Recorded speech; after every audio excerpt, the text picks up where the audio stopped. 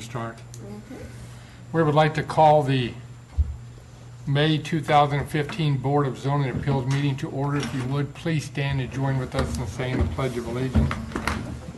I pledge allegiance to the flag of the United States of America and to the republic for which it stands, one nation, under God, indivisible, with liberty and justice for all. This time I'd like to introduce the board members, starting on my left. Todd Chernick, Christopher Bluer, Gary Willis. Walt Recook, Jim Hilly. The Board of Zoning Appeals is a quasi-legal board composed of resident volunteers of the City of Milton. The board is charged with hearing requests for variances from the standards of the zoning ordinance and appeals of administrative determinations.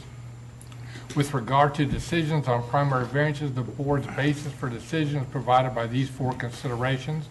A, relief, if granted, would not offend the spirit or intent of the ordinance.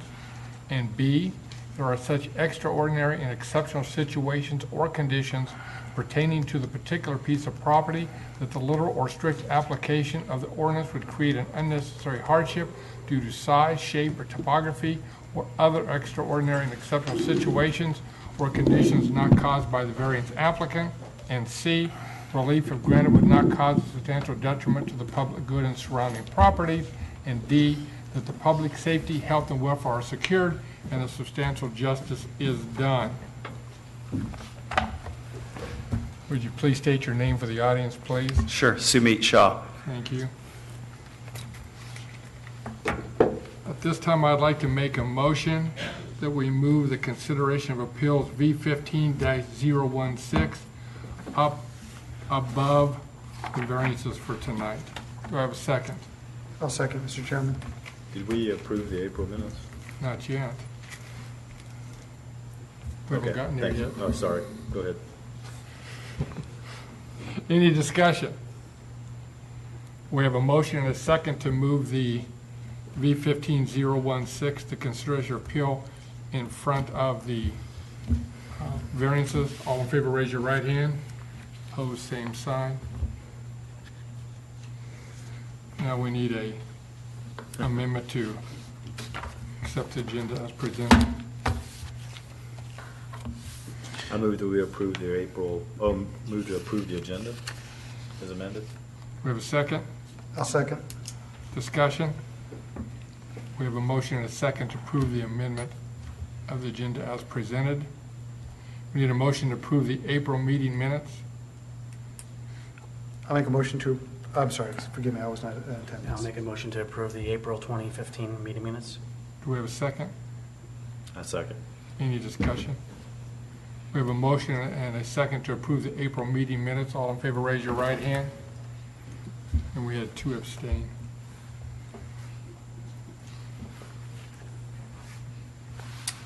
That brings us to our first hearing, V15-016. Angela, would you like to present?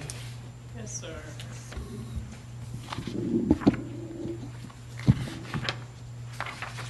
Petition number V15-016, and just so the board knows, this is a secondary variance. The site, 1720 High Grove Club Drive, is a single-family home located on approximately 1.2 acres. It is part of the Wood Valley subdivision, which is zoned AG1.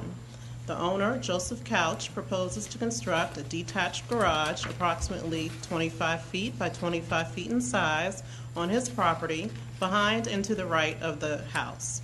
On March 18, 2014, the City of Milton Board of Zoning Appeals approved a variance for the detached garage with the following conditions. The maximum encroachment into the setback shall be 10 feet. Materials, roof pitch, colors, etc. shall match the existing house. Final design of the garage shall be approved by city staff. Provide landscape to screen the new garage from the adjacent lot. Plant materials and types to be approved by the city architect. After the variance approval, Mr. Couch submitting building plans for the garage.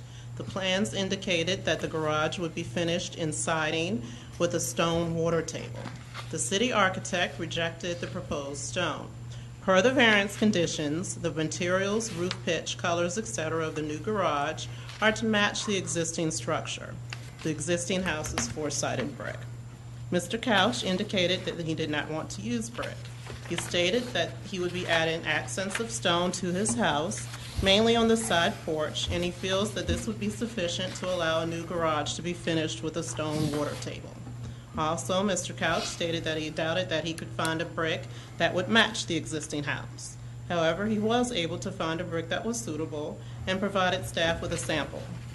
Robert Buscemi, the city architect, performed a site visit and decided that the brick sample matched the existing house and could be used on the garage. Per the BZA, the city architect has approval of the final design of the garage, including the brick water table, using the brick supplied by Mr. Couch. Kathy Field, the community development director, affirmed the city architect's interpretation of the variance conditions and the use of the brick in the sample provided by the applicant. After extensive conversations with city staff, Mr. Couch has decided to appeal the decision of the director as stated above.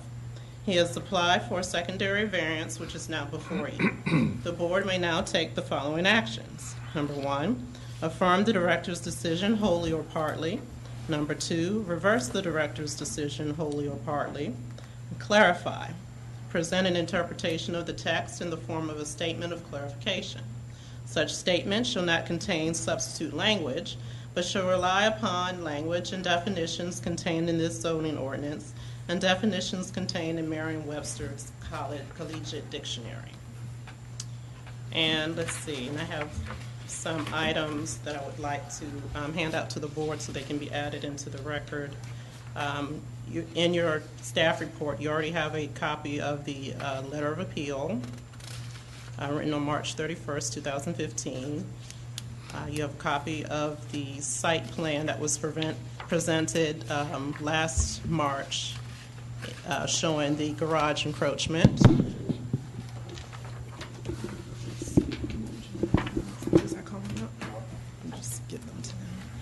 Next, we have a set of pictures showing the existing house and examples of garages that are similar to the style that Mr. Couch would like to build. And then we have the building permit application that Mr. Couch submitted on January 16th, 2015, showing the garage and the red lines where the city architect made the changes from stone to brick after he approved the brick sample.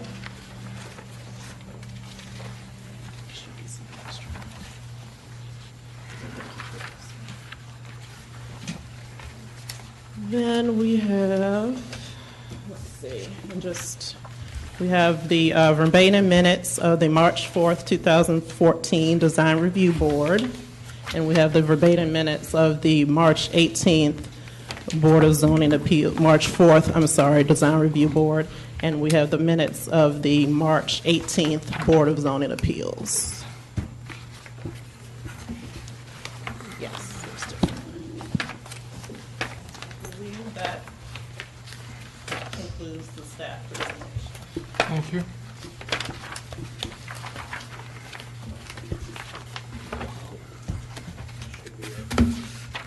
Need a binder.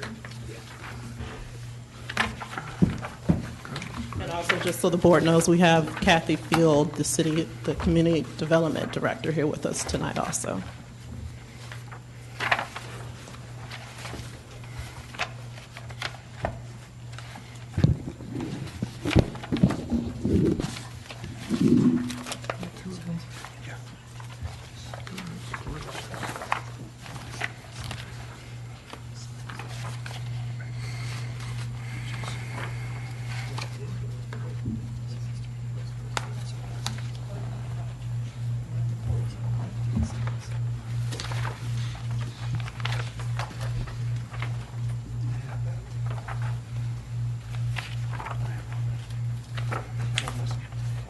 Angela, is everything that you're handing to us paper-wise what you sent to us earlier in the day digitally?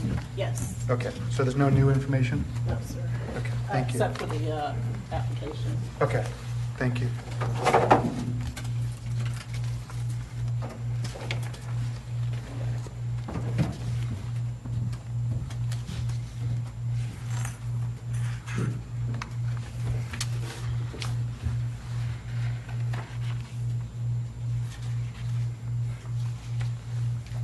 Any questions to staff from the board?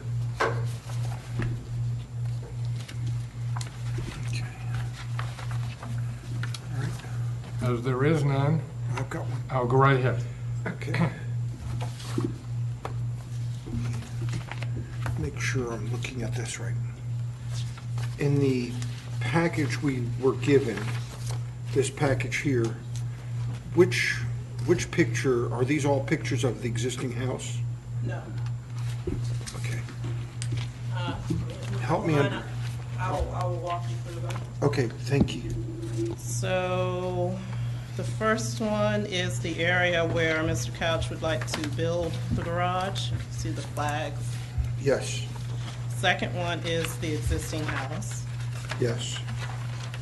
The next one is an example of a brick house with a siding garage. It's an example of the look he was going for.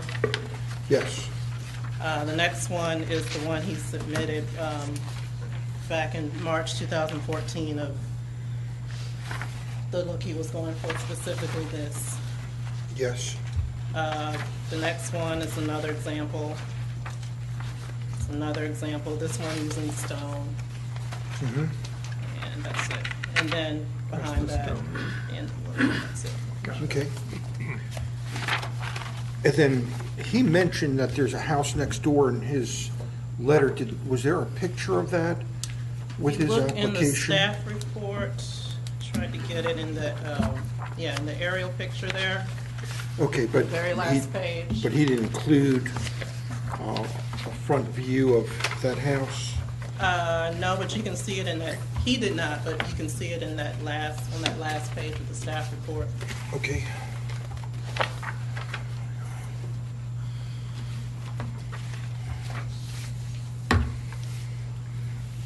Any other And questions? that's the house on the right. Correct. Okay. Okay.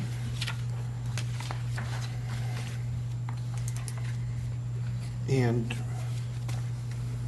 what is the city's architect position on this? That it has to be similar to the existing house, is that correct? Basically he felt that Mr. Couch's house is four-sided brick, so the garage should have brick on it as opposed to stone. He accepted accents of siding, but, the water table and the other areas were to be brick. Since there's no stone on the main house, he felt that there should not be stone on the, Do we have an architectural plan of what he's asking to build? that's one of the packets I gave you. It's the permit itself. Okay.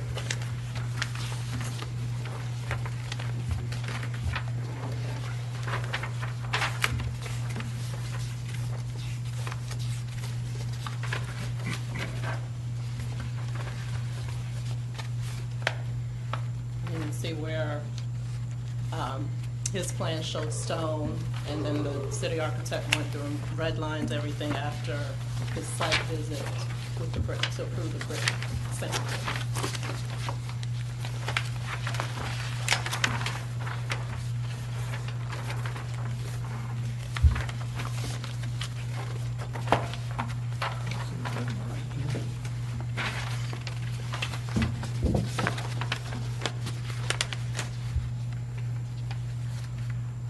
Any questions of staff? Sure, go ahead. These pages aren't numbered, but the markings, as an example, on this page, it shows the rear elevation and front elevation, and markings that says siding, match house. Were those from the applicant or from the city architect? Those are the city architect's red lines. Okay. So in the rear elevation, the city architect is fine with it having brick on the bottom and siding on the first floor? Correct. He was willing to accept a brick water table. See, I'm sorry, Angela, I didn't hear that. I'm whole sorry, sentence. well, I see what you mean now. He was willing to accept siding accents, yes.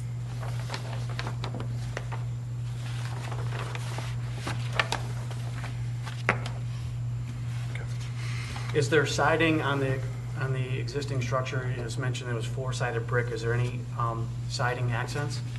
Not that I know of.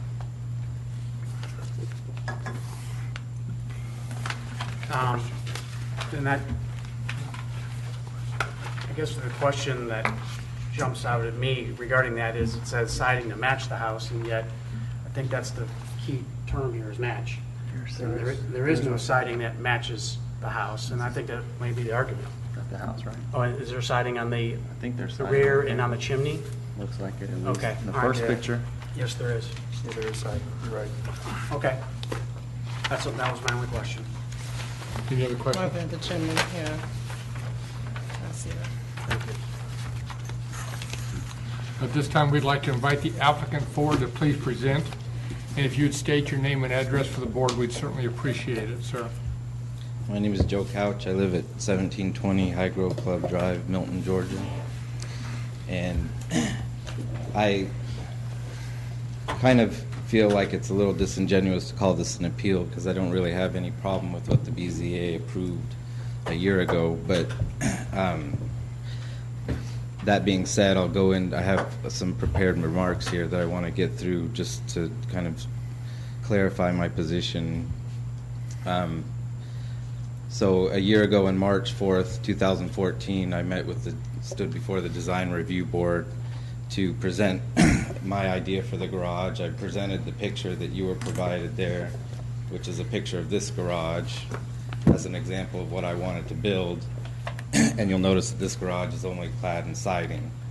So as a result of that meeting, nobody had an issue with the material siding. Nobody said anything about siding. Nobody said anything about brick. They simply said, if you read the minutes of that meeting, the garage material shall be compatible with the existing house. 2 weeks later, I stood before this board, the BZA, and Angela read into the notes as she just did. I don't know what you call that procedure, but she read the notes from the DRB, and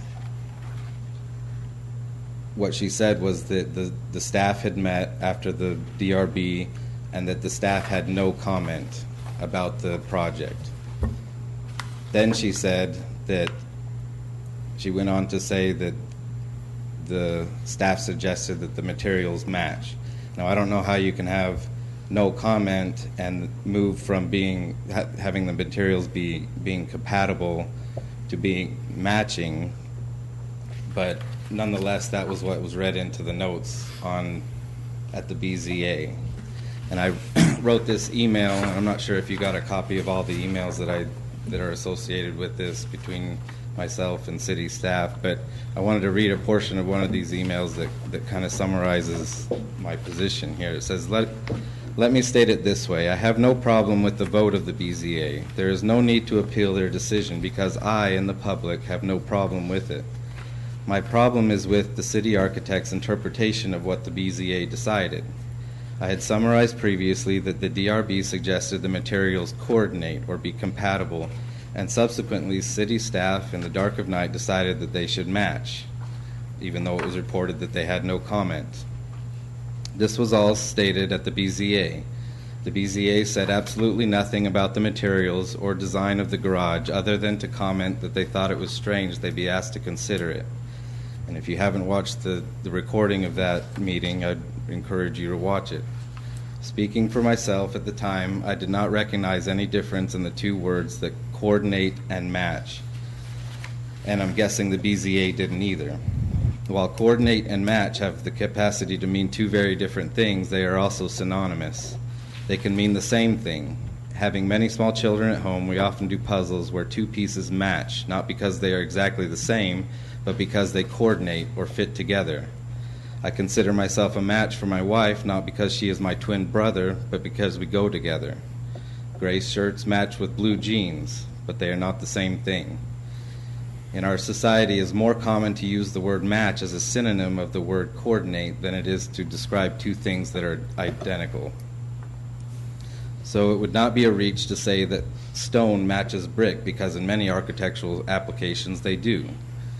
They coordinate or go together. It should also be stated that it is impossible to create identical bricks to the ones on my house. I do not want dissimilar bricks adjacent to one another on my house. Most people who add brick to existing brick structures end up painting all the brick to look uniform, and I'm not going to paint my brick.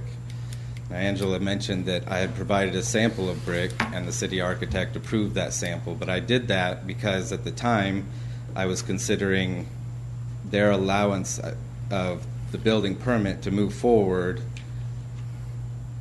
with my agreement that I would put brick on the house, but then simultaneously go through this appeal process. And when I realized this appeal process would take as long as it did, I decided not to move forward with getting the permit and abandon that procedure. It was never my intention to use the brick. I never stated that I agreed that the brick looked the same.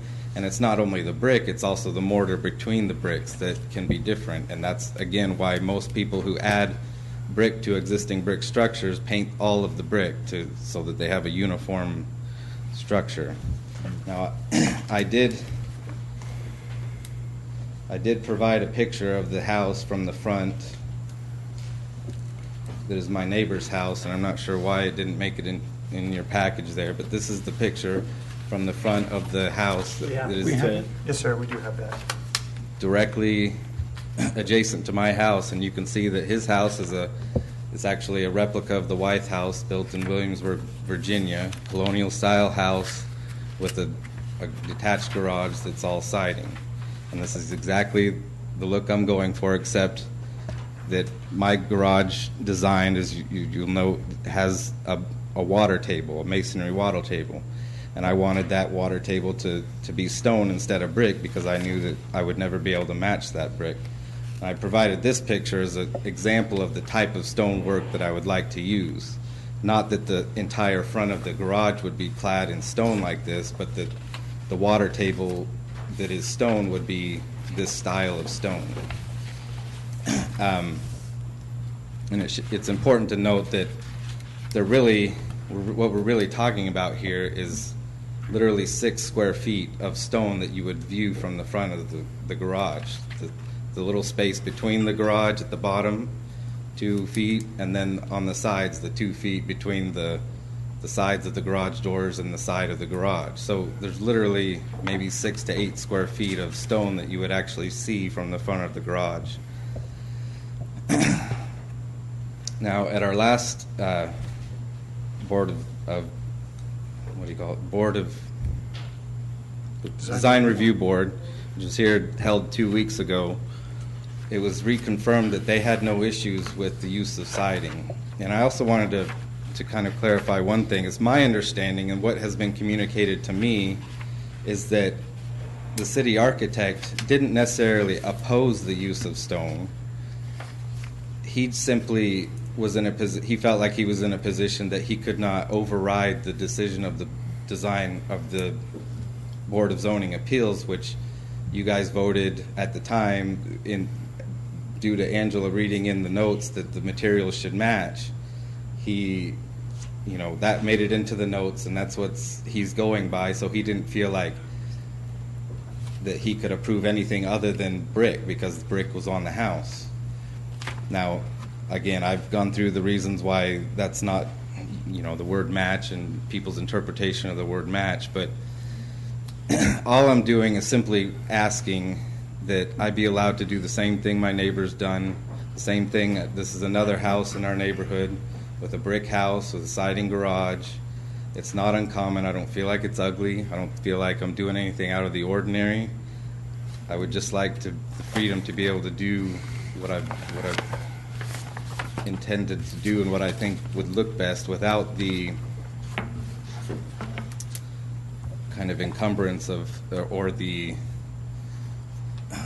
having one person dictate to me how I should spend my money, how my garage should look. I don't feel like my expenditure of these funds should be subject to the opinion of one person. So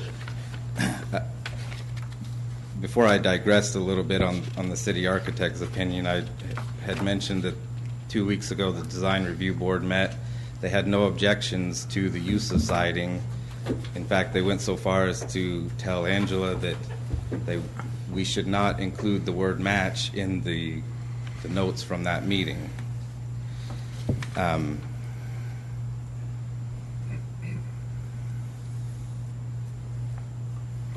me just make sure. I think that's, the one thing that did come out of the design review board was that they thought it would be good if I got letters from my neighbors, and I understand that the city sent out letters to my neighbors asking their opinion. I'm not sure how many of those neighbors it went to or how many responded. I have letters from my adjacent neighbors. If you want a copy of those, I can pass them up to you. If not, that's Please hand fine those too. to staff.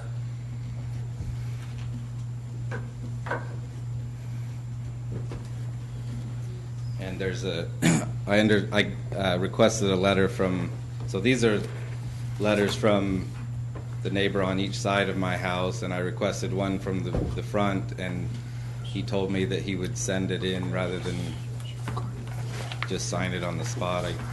So I'm not sure if that was sent into the city and if you have a copy of it or not, but regardless, I don't believe that he's here or anybody from my neighborhood is here, so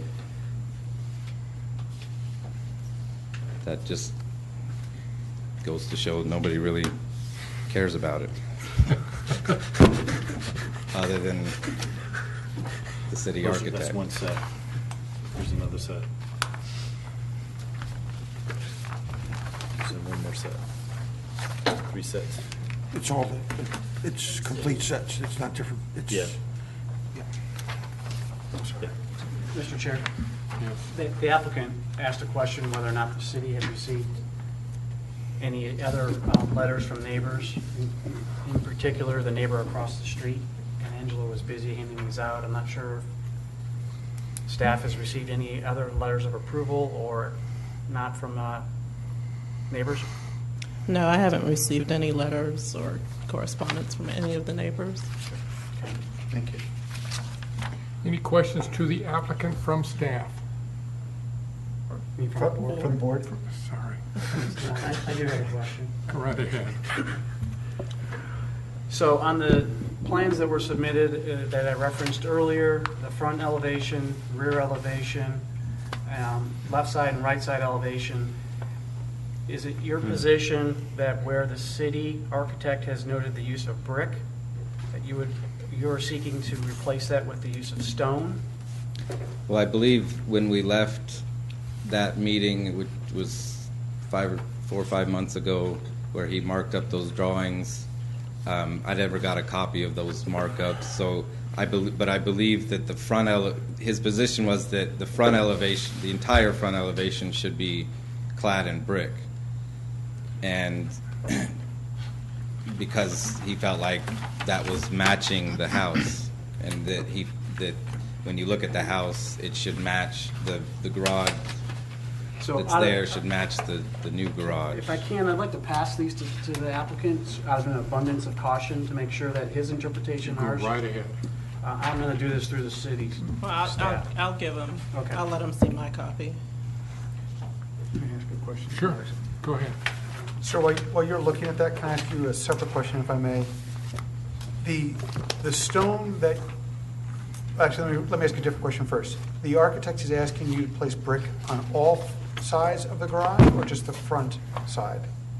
Well, he's asking to put brick on all sides. Let me just look real quick on how he marked it. Including the water. I know, but I'm going, I just want to see I want to make sure what his. Yeah, so he says all wherever it has a stone water table on these plans, it would be brick, but the front of the house entirely, the front of the garage, minus the dormers, would be brick. And your preference, sir, just based on the drawings that are here, is on the front portion facing the street would be siding, and the rear, if you will, kind of bottom third, bottom half, stone, and then along the sides, essentially, again, a quarter half would be stone. Is that correct? Correct. My proposal is to build a garage just like my neighbor has, with a siding on the front, except his doesn't have any water table Sure. at all. Mine would have about 8 square feet of stone right there where in between the garage doors on each side. And what about the side of the house? And the sides, but those aren't really visible to anybody but us. And what about the rear of the garage? And the rear. There's a golf course after a forest, so there's not really anybody that sees it from that angle. But what is the back of, It would be stone. not the it's whole, just like just it the is- bottom, Just the the- bottom. Right. Just the bottom, okay. Just like it's designed. I understand. Yeah. What year was this house built? 1990, early 90s sometime. And you were able to find a brick that matched the brick that was on the house?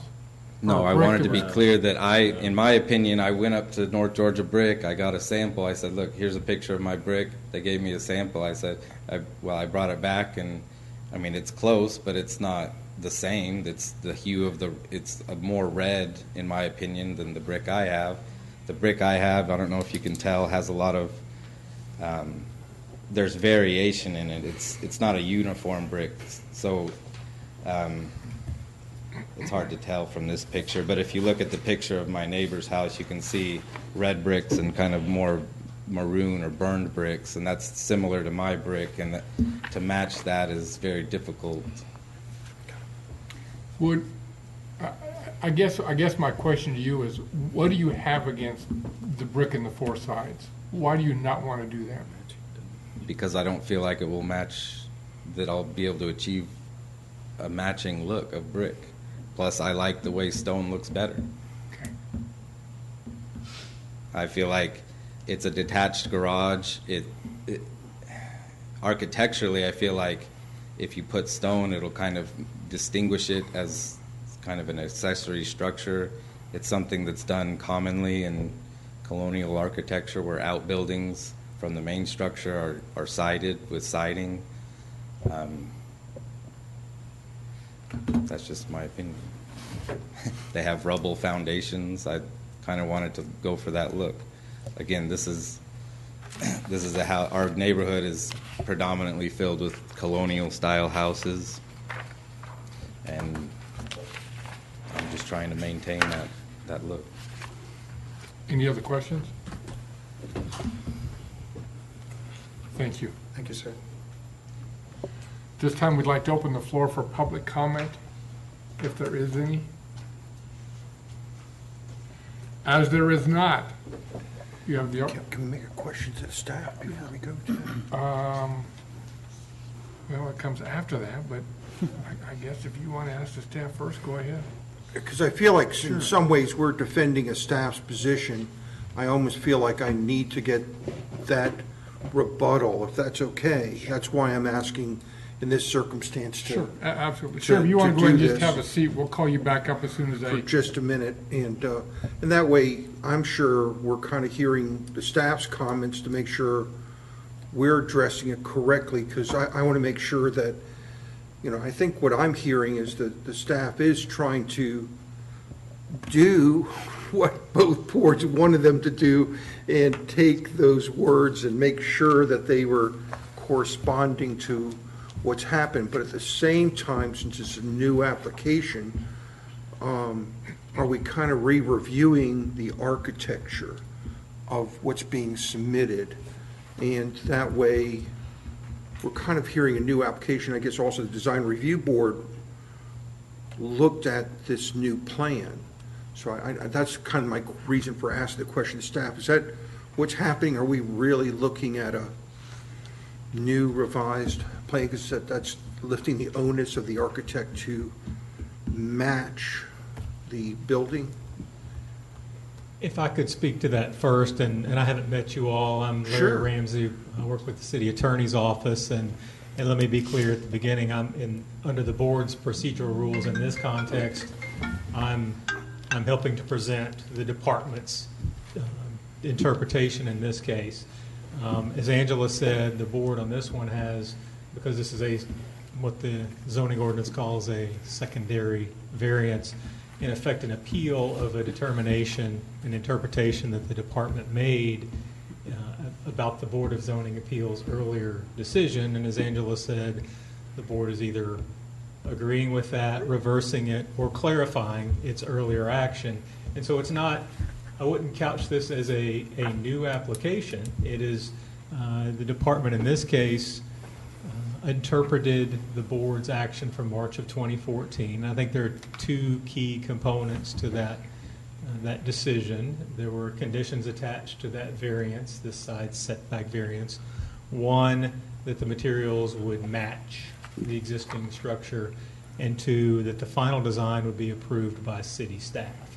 So in effect, the board deferred that decision as to how this would apply, what the design would look like to city staff. And the board is now in a position of having to decide, did the city go beyond, or did the city staff go beyond the discretion that this board gave it in deciding what design would be appropriate? And then a lot that turns on match. And you've heard a lot about the existing house being four-side brick, and then the design of this proposed garage not having that same design. I would suggest that what the neighbors' houses look like aren't particularly relevant to this issue, because this isn't, again, not at the outset of variance from the beginning as it was in March. The issue is this condition that applies to this particular property that the Board of Zoning Appeals placed on it, that the facade of the garage would match with the existing house.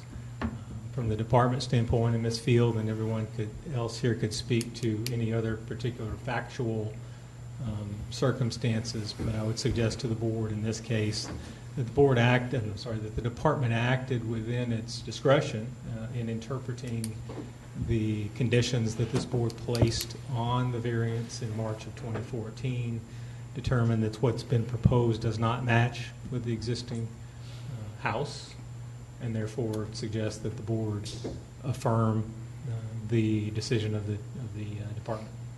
Affirm, again, clarify, or reject. Those are the three options, Yeah. yes, that the board has, yes. I have a question for staff. Go right ahead. Should this board choose to clarify, would it be advisable or appropriate to reference these site plans, drawings, architectural drawings, which we did not have the benefit of seeing in March of 2014? Well, I always think the more clarity that can be provided, the better. It benefits everyone. I think certainly the board would be within its authority to clarify what did it mean by match. And if the board has examples of what that means, I do think that's within the board's power to make part of its clarification. All right, then I have one more question. If I was not a present member at that hearing, what standing do I have in making a determination on the secondary variance? I think you certainly, what you're looking at, and I think probably what the board is looking at as a whole is the wording that was attached as a condition, and interpreting what the word match basically means. And as Angela talked about, it's given a common meaning. You can look to dictionary descriptions of that. And I think, as with anybody, whether these members were on the board at the time or not, what was intended takes second seat to what do the words mean on their face. And so I think you're certainly within your authority to interpret that word match and the delegation that was given to the city staff, whether you were on the board at the time or not. Thank you. Go ahead. I notice in our report, it doesn't make reference to the Design Review Board's comments from the meeting 2 weeks ago. Is there any particular reason why their comments aren't mentioned to us as they are in most cases that are heard before us? And I'll defer to Angela or Kathy about what happened 2 weeks ago, because I'm not privy to that. I will say that at the end of the day, the Design Review Board's opinion isn't really, I would say, germane to the issue before the board. The Board of Zoning Appeals is interpreting its own action from March of 2014, and what did those words mean. The Design Review Board is not in any better, certainly in an inferior position to this board to decide what did that wording mean in that existing condition that this board placed on this project. The reason I asked the question is that the applicant made mention that it did go in front of the other board. I was even unaware of that by just reading the report, that it did go in front of them. And I guess, from what I recall, he mentioned that they affirmed that this design change to be siding versus brick was okay. I mean, that's used as a question, not. I just want to make sure. What was that? What I said, was that correct in what they? It did go before the Design Review Board as a courtesy, as we do with all variances. Basically, the board did not have an opinion one way or another about the actual material. They basically said it was up to you all, and they suggested that the applicant get the letters from the neighbors. But I didn't put it in the staff report because, as the attorney said, that wasn't an issue. Okay. The issue is solely what did you mean by these conditions back in March. Okay. Okay. Am I allowed to say something Well, before wait the just a final? minute. You're going to get a chance. Hang Okay. on. They're kind of the rebuttal, I guess, is what. Any so that you're any able other to- questions to staff from the board? Your question? Yes, sir. I mean, the only question I have is just about, again, kind of to Todd's point, again, I wasn't on the board last year for the Board of Zoning Appeals, and I'm just interested only because the applicant has, a lot of this is about language and whether, and even I'll take a step back because actually in his appeal letter, the word that was used, I think, was compatible, which now he was saying coordinate versus match, and compatible versus match, which are, again, two different words. But just going back to what he was saying in regards to the Design Review Board and what they put last year, do we have anything with their recommendations that show whatever language they used that the Board of Zoning Appeals heard or, was read into the record at that point, and then, potentially they factored that into what their decision was and where their conditions came in? So in one of those sets that I gave you, you have the verbatim minutes from the March Right. 2014 Design Review Board. When the variances go before the Design Review Board, they don't have the benefit of the staff report and staff recommendations and all of that. So they're literally looking at the application and they're just kind of talking. And so I take their statements and that's what I put those comments in my staff report. They use the word compatible. But when it came time for my conditions, I used the word match because that was the, lack of a better word, standard. We've had that condition several other times in variances as conditions, so that's what I used. The staff report did include their comments, but staff has the, I guess, leeway to make its own conditions. And the that's city what the board architect, agreed just to clarify again, I mean, the city architect is going by the conditions that were put in by the Board of Zoning Appeals, and in those conditions, the word match was used. Correct? It all comes down to what conditions were approved by the Board of Zoning Appeals, in spite of what the DRB said. I can make conditions and the board can, sure. No, I know, and I just wanted to Totally clarify reworded. that because I know a lot of the comment from the applicant was about Right. compatible, which is what the Design Review Board said, which, again, we're going by what the Board of Zoning Appeals voted on and what their conditions were, which is match. right. It all comes down to those final conditions that were approved by the board. Okay. Is there an architectural definition of match? I mean, or do we have a new architect who all of a sudden is interpreting the term match differently than the previous architect, or? No, It it just was seems to be way over complicated. for him. It's identical materials. He understands you're not going to get 100% you're not No going to two have the bricks- exact no two same bricks- brick yeah, that, no two bricks that are was ever made alike. 20, right. But, you know, brick versus brick versus brick, or brick and stone, he's going with the identical material.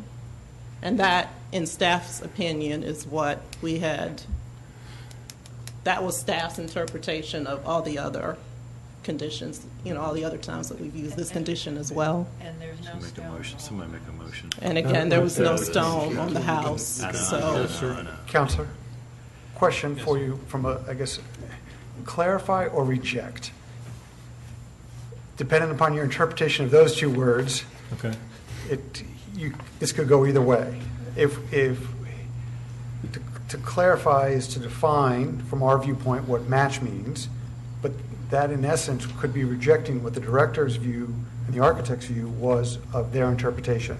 I think that's right, yeah, whether you, a clarification, yes, depending on what that clarification is, could have the effect of rejecting Right. the staff's decision and coming up with a different decision. Yes, sir. But coming up with a different decision was not Is that one of our options. Yeah, I guess. That's right, to either accept the staff's interpretation that what was proposed does not match.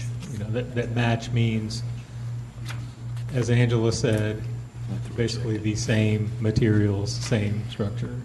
To reject that interpretation of what, and I guess a rejection would in effect be a conclusion by this board that what has been proposed by the applicant does in fact match the existing house. And that's my point, because here's what I'm fearful of, that if we reject or clarify, I'm speaking for myself, that this sends it back to the applicant, he has to redo this entire process, and we're here 6 months later. That's quite possible if the board's decision ultimately gets us to it leaves us in a point where we're still open to interpretation, right, as to what match means. Yes, sir. Okay. But just to clarify, you said if we were to reject the decision, but then basically reject that decision and then, Clarify. Clarify. It's actually reversed. yeah, reverse that, but then basically clarify what the board's conditions were. Okay. Okay. Any other questions to staff? Sir, at this time, you do have the opportunity to make a closing statement. I'm not sure what I just heard about your options there, but it seemed to me like I was pretty much in a no-win situation. Hopefully that's not the case. I feel like I've been extremely patient throughout this process and taking the right steps to go through the process of getting the appeal, the variance, then the permit, then waiting. And all I want to do is build a garage that's going to increase the value of my home, increase taxes in the city, and this issue of the word compatible versus match has prevented that from happening for the past at least 6 months, and I just am extremely frustrated by that, but hope that you guys can find it within your hearts to be honest in thinking that a year ago when we met, none of you, when you heard the word match, really took that to heart and thought, yes, I want those materials. If there's brick on the house, I want brick on the garage. And I think if you thought that, you probably would have said, it is a condition of this variance that the material, which is brick on the house, should be the same as the brick on the garage. And because you didn't do that, because I feel like the word match was just inserted by staff arbitrarily and was read into the minutes, you just repeated the whatever vote you take, you have a little set of stuff to read there, and that was what was read, and that became the gospel from then on. But I don't think that was what everybody was truly feeling or thinking. So that's all I wanted to say. I just hope that you can kind of understand my position. Thank you very much. Thank you, sir. This time, we'd like to close the public hearing, and the floor is open for a motion. Mr. Chair? Yes, sir. I'd like to make a motion to clarify the interpretation of the, in this case, the term match, based on Webster's dictionary, is defined a pair suitably associated, and therefore allowing for the use of stone water table and hardy siding, in this case, would be suitably associated to the home, the structure. And I would also like to reference the architect drawings dated 10/24/14 by Adrian Scott Cutshaw, in noting that on the rear elevation, where it's noted as brick, shall be stone. On the front elevation, where it's noted as brick to match the house, shall be siding to match the house. On the left side elevation, where it's noted as brick, shall be stone, and on the right side elevation shall be stone.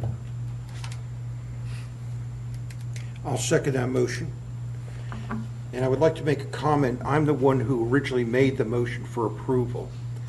And I think what my intent was, when I used the word match, I think the staff did the best they could to understand that. And it's probably my inability to be more thorough in my description that perhaps caused the situation. So for both the staff and Mr. Couch, I apologize for that delay. But at the same time, I think what I was really trying to do was basically say that they should use similar materials that are used on the house. In other words, if they're going to use siding, it must match the siding. If they're going to use brick, they must use the brick.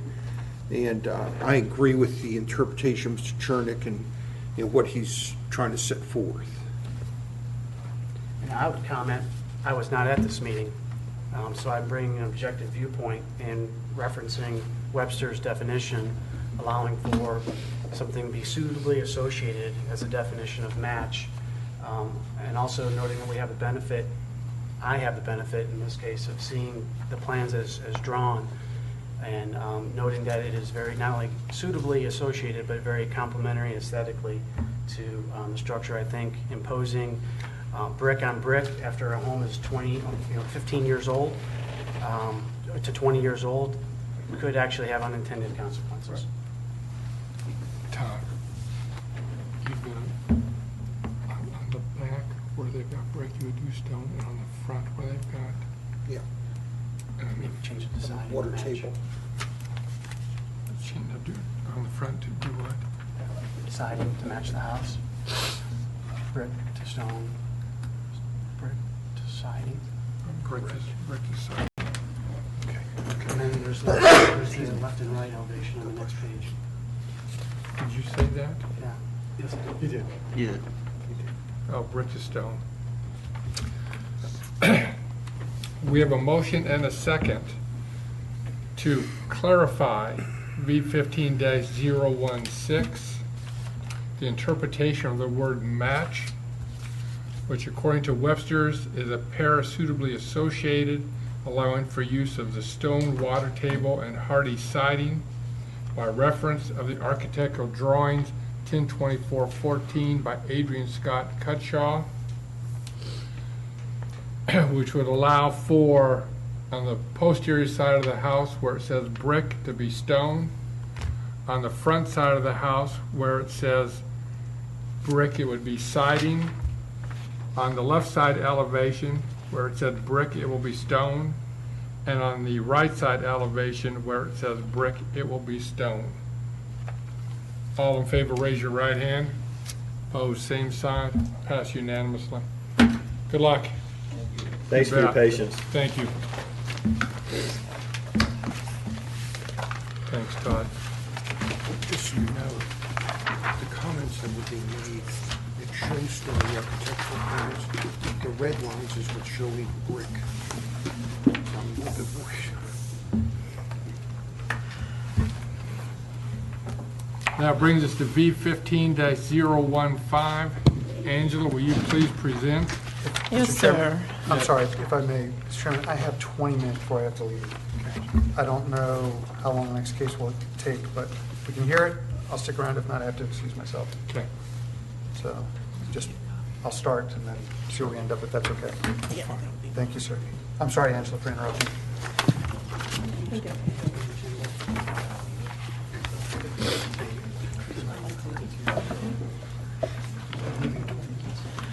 Say petition number V15-015.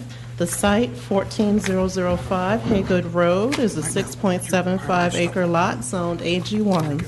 It is located in the rural Milton overlay. The property includes a 40-year-old one-story frame residence and a detached garage. The lot is bisected by a forked stream. When the house was originally built, the required stream buffer was 25 feet. In 2006, the buffer requirements changed to include an additional 25-foot buffer and 25-foot impervious setback for a total of 75 feet. The applicants, Jack and Eloise Barron, have proposed to construct an addition to their home, including a bathroom and kitchen expansion. They also propose to convert the existing deck to a sunroom and add a new deck. The Barons have stated that this addition is necessary to provide doorway access for walkers and wheelchairs, which will allow them to remain in their home as they advance in age. As shown on the site plan, a special runoff mediation system will be installed to handle the stormwater runoff.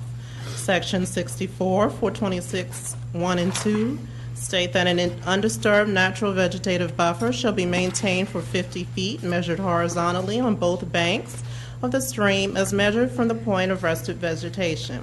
An additional setback shall be maintained for 25 feet measured horizontally beyond the undisturbed natural vegetative buffer, in which all impervious cover shall be prohibited. Grading, filling, and earth moving shall be minimized within the setback. Since the applicant proposes to build an addition to their home that will encroach into the 75-foot impervious setback, a variance is required. On May 5th, 2015, the DRB offered the following comments. They had no real issues. On May 6th, 2015, staff held a focus meeting. Site plan review, the city architect, arborist, and DOT stormwater had no comments. Standards for consideration. I'll reread the. I read them. Were read earlier, and the applicant responds as follows. We have looked at several options to upgrade and rework our kitchen and bathroom to improve access. When the home was constructed and platted, a 25-foot stream buffer was required. Subsequently, the buffer was expanded to include a 50-foot undisturbed buffer and a 25-foot impervious setback. Therefore, our existing deck and right rear corner of the house are slightly in what is now considered the impervious setback. If this variance is allowed, the new construction with the water runoff system will improve water runoff management in the impervious area per the intent of the ordinance and produce no harm to the land. The home is located near the center of the 6+ acres. Strict application of the ordinance would not allow for the expansion of the master bedroom to address handicap access. The variance would not cause any detriment to the public safety, health, and welfare, which will be secure during and after construction. The staff response. As stated earlier, the buffers have changed since the Barons built their home. The house and deck already encroach into the 75-foot impervious setback. There will be no intrusion into the 50-foot stream buffer. The only way to avoid intruding into the buffer or impervious surface would be to build onto the front of the house, which would require significant reworking of the entire house. Approval of the addition will allow for mediation of the impervious setback intrusion of both the existing and proposed structures, thereby benefiting the stream. Recommended conditions. Should the board choose to approve the application, staff recommends the following conditions. The design, roof pitch, materials, colors of the addition shall be compatible with those of the existing house. The city architect shall approve the final design of the addition. Staff recommendation. Staff recommends approval with conditions of this request. This ends the staff presentation. Thank you. Any questions to the staff from the board? Angela, we shouldn't use the word match anymore. Try to avoid that. Okay, I just want to make sure Or compatible. compatible? I just want to make sure that compatible is not going to get us any, Pick any word that you like. okay. Identical shouldn't be used either. All right. Any other questions? Relevant questions? At this time, we'd like to ask the applicant to please come forward and present. And if you would state your name and address for the board, we'd certainly appreciate it. Yes, my name is Larry Richards. I'm the brother-in-law of Jack and Eloise Barron, and I built this house 40 years ago for them, and they came to me asking me to come up with a plan on how we might make their house more accessible. And basically, everything that's been said covers what we are requesting approval to encroach into the impervious zone. So I found out about it when I applied for the application and met with Angela. That's when we discovered we have to have a variance to build in that zone. So that's our plan. If you have any questions, I'm sure Eloise or Zach or myself would be glad Yes, to sir, go address. ahead. Yes. On your matching, is there any issue with brick on the back of this house? Well, we made a decision that the house is a French provincial colonial of those pink brick that was used 40 years ago, and there's no way we can match the brick, And so we're going with the siding, hardy plank siding that matches similar to the gables that exist on the existing house. So siding is what's going to be on the expansion of this Correct. house? Yep, Okay. that's what we request. Any other questions? Yes, sir. Thank you, sir. This time, we'd like to open the floor for public comment, if there is any. As there is none, you do have the opportunity to make a closing statement if you would like. Okay. Any questions to the staff from board members? This time, I'd like to close the public hearing, and the floor is open for a motion. Mr. Chairman, Yes? I'd like to make a motion that we approve V15-015. Any conditions? Nope. Okay. Do we have a second? We have a second. Walt Recook. Discussion.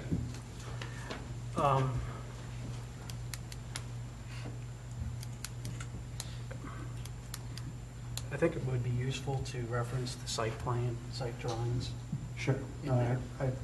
I do. So it's, Yep. and they're by Nope. Davis Engineering and Surveying, And the date is 2/9/15. plat date 2/9/15. You can amend that or add that to your Sure. motion. No, I have no objection to that. There it is. Mr. Chairman, may I amend? You may. I withdraw my second. Okay. So, Mr. Chairman, if I can go back and forth a couple pages, if I can make a motion to approve V15-015, referencing the site plan from DES Davis Engineering and Surveying dated February 9th, 2015. Do we have a second? Second. Any discussion? We have a motion and a second. Hold on one sec. Just, I think with the date, is the survey date 1/27/15? I had the the plat plat Flat date. date 2/9, okay. Go ahead. Are you good? Mr. Chairman, could I just ask for clarification? Is that with or without staff conditions? No conditions. We have a motion and a second to approve V15-015 and attaching the DES Davis Engineering and Surveying plat dated 2/9/2015. All in favor, raise your right hand. Opposed, same sign. Pass unanimously. Good luck. Good luck. I hope you get to feeling better. Good luck to you. With that, Mr. Chairman, I'm going to excuse myself. Angela, we skipped, no. We did 16 already. Yeah. V15-017. Angela, will you please present? Yes, sir.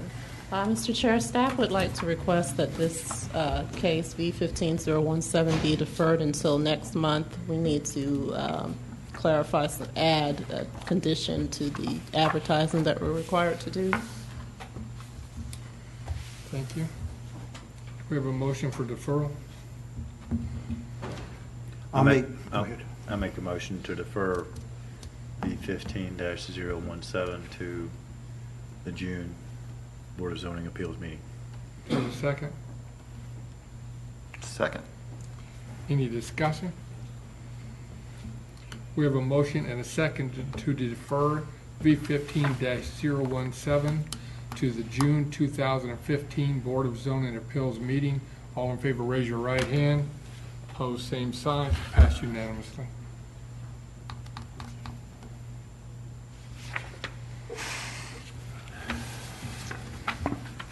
Angela, that brings us to V15-018. Will you please present? Yes, sir. V15-018. The site, 12900 Birmingham Highway, is a 1-acre lot zoned AG1. It is located in the Crabapple Form-Based Code overlay. A house was built on the property in the 1930s and is currently vacant. The property has a 20-foot drainage easement that bisects the lot, as well as a spring head that requires a 50-foot stream buffer and 75-foot impervious setback. The applicants, Tom and Hannah Flowers, propose to build a 2,300 square foot home on the property. The house will encroach into the 75-foot impervious setback.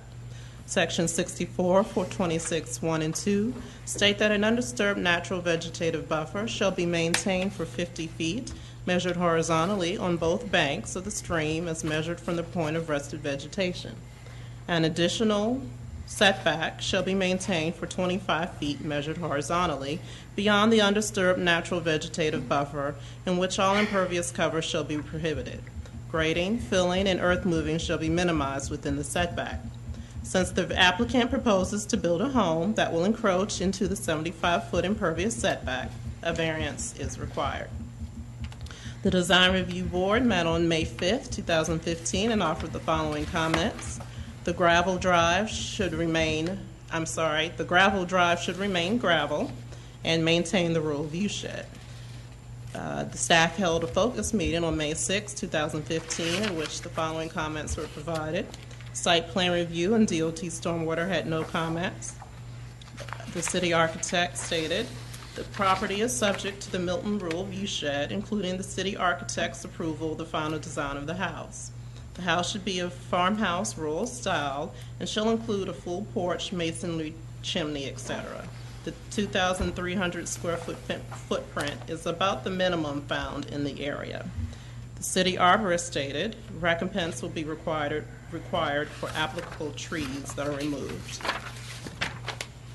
The standards for consideration were read earlier, and the applicant responds as follows. Extraordinary conditions such as property size, topography, vegetation, existing soils, existing spring head and buffer setbacks, and existing drainage easement, lack of sewer, and an effort to minimize grading and tree removal are the primary reasons justifying the need for the variance. The applicant further explains those in their letter of appeal. The staff response is as follows. This lot is in the more rural part of the Crabapple Farm-Based overlay. The setbacks reflect those of AG1 zoning. The proposed house should reflect the rural character of the city. This lot has several constraints limiting where the house can be located, as stated above.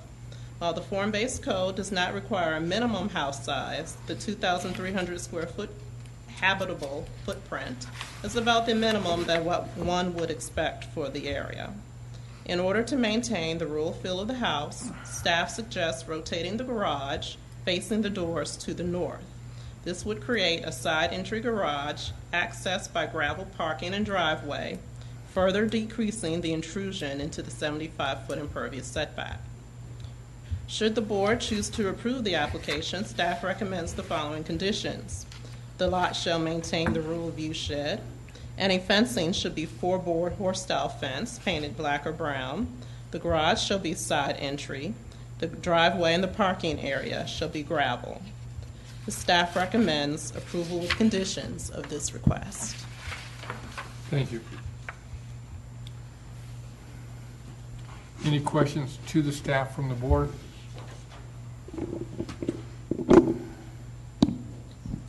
As there are all none, at this time, we'd like to invite the applicant forward. And if you'd please state your name and address for the board, we'd certainly appreciate it. Thank you, Mr. Chair. My name is Tom Flowers. I live at 9830 Terrace Lake in Roswell. I'm the site planner and the landscape architect. I'm here on behalf of Chris and Kristen McNeely. They are the owners of the property, 12,900 Birmingham Highway.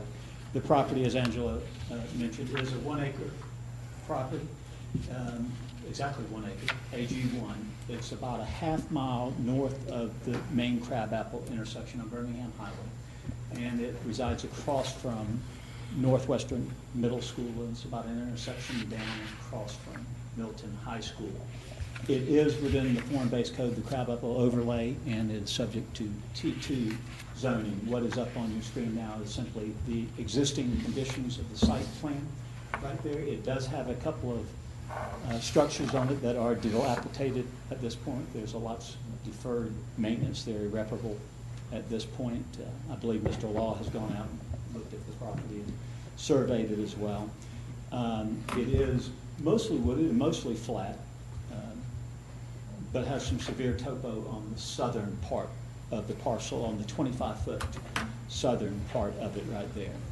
The lot is pretty normal shaped lot. It's a rectangular lot, and it does have AG1 setbacks, which I believe are 60 front, 25 sides, and 50 back, which is pretty typical. And that would be adequate for us. Unfortunately, this one has extraordinary site conditions in that this 20-foot drainage easement bisects it right down the center right there. So now we've split it to two different sides right there. Then comes in, we have a springhead that suddenly sprang up on this property and showed up on the survey right there, which further goes about limiting this particular parcel from the 75-foot impervious and the 50-foot waters of the state setback. That's not all. Unfortunately, there's one more restriction, and that is that there's the need for septic on this lot. We explored the opportunity with Fulton County Sewer as well as petitioning the city to get sewer in there, and it was determined early into the investigation it is not practical to get sewer. We either have to go across the school parking lot or it's 2,000 feet towards town. And that was quickly rejected. The soils on this site only allow for septic to be installed with a special modified system on the eastern part of the lot along the road frontage. So by the time you're finished with this and the soils and everything else, the building envelope on the north side of this drainage easement to 0.04, a little under a half of a tenth of an acre. And on the southern side of this, 0.11, a little over a tenth of an acre, that's south of the drainage easement. So as a practical measure, you're really only going to work with the southern part of this drainage easement in here. To be sure, as an environmentalist and a landscaper, I want to make sure that we explore all of the design alternatives for variances, such as moving forward to the east. Not practical because it's the only place on the lot that the sewer is going to, the septic system is going to be able to install. Obviously, to the north, the drainage easement doesn't work either right there because there's just a set restriction to it. We explored to the south into the 25-foot setback over through there. Unfortunately, that's where the topo starts exceeding about a 12 to 15% grade, and the significant trees are that we're trying to preserve to have the intent of a proper buffer from the adjacency in there. What the property owner, what we're asking for is to be granted relief of an encroachment into this 75-foot zone. With this, it increases it to 0.14 acres, 15/100th of an acre. That now we can get a proper design. I do want to mention also that the stream, this is not really a stream because the spring head starts there. In the current condition, this is downstream from where this applicant is proposing to build at right there. Currently, this drainage easement is in complete disrepair and is subject to heavy erosion right there. The owners, Kristen McNeely, have developed a mitigation plan that not only addresses erosion and sediment control during the build, but post-construction as well, through the introduction of bioswales on the plan that I think has been submitted. I'm more than happy to submit this to Angela as well. This type of development, what we have is a perfect clash of the perfect owner and the perfect parcel of land. This owner doesn't want some McMansion out there. They're looking for a modest size home that will fit to the form-based code. I think the whole home size is going to be approximately 3,500 square feet. I think Angela said the footprint within is 2,300. Is that correct? They are looking to build a home that not only meets the T2 design guidelines and will be submitted for, but is also environmentally responsive. And speaking to Bob, pending the disposition of this request, I've advised them not to move ahead to full architecturals. Why would I tell them, go develop this whole plan until they know they have relief within this zoning? What I do have is a preliminary front elevation of the home, and they do intend to submit full architecturals to the city architect for a review and approval up there. I sincerely appreciate the board's time this evening, and I'm more than glad to answer any questions that you may have. Questions? Yes, sir. On the site plan that I have, it looks like someone has crossed through the garage that looked like it was going to be a front entry garage. It looks like it's now going to be a side entry garage, but yet it doesn't show an expansion of the garage turnaround area that might encroach into the stream buffer. That's correct. We are not encroaching into the stream buffer. We are staying within the 75-foot impervious. It is on a state highway, and this drainage easement is a discharge from the state. We, as a practical measure, anything's possible, as a practical measure, we cannot extend that drainage easement other than put a culvert midstream through it. The intention is to come within the 75-foot, no closer than the 50-foot, and to pipe that with the same, I believe it's a 36-inch CMP that's existing there, which we sought authorization from the state, and they said as long as it's not connected to their bulkhead, it's fine. So while this site plan doesn't reflect the side-loaded garage, one other mention that I heard earlier was that in presenting to the DRB, the comment from the DRB, and I forgot which board member referenced it, said while the driveway goes over the repair lines of the septic system, it needs to remain gravel. We indeed prefer that and will abide by that. What we're asking for, though, is to ensure that the apron is concrete, which it already is. There's already 2 existing state aprons as it's a state highway. But that the turnaround in front of the side-loaded garage, and I'm more than glad to submit a revised to Angela site plan showing side-loaded garage of the same footprint and how it interacts with the drainage easement. That turnaround and directly in front of the garage be able to be concrete, while in between the apron and the turnaround in front of the garage, the auto court as I'll call it, will be gravel from that point to that point, for clarification. I'm not sure if I answered your question on that. I'm not sure either. I guess, so the plan that I'm looking at right now doesn't reflect that turnaround with a side entry garage. That's correct. And that area that could involve the side entry garage would not encroach into the 50-foot setback for the well. See, I guess I'm looking at a drawing. It doesn't necessarily show a 25-foot stream buffer, but it does show a 50-foot setback for the spring head. That's correct.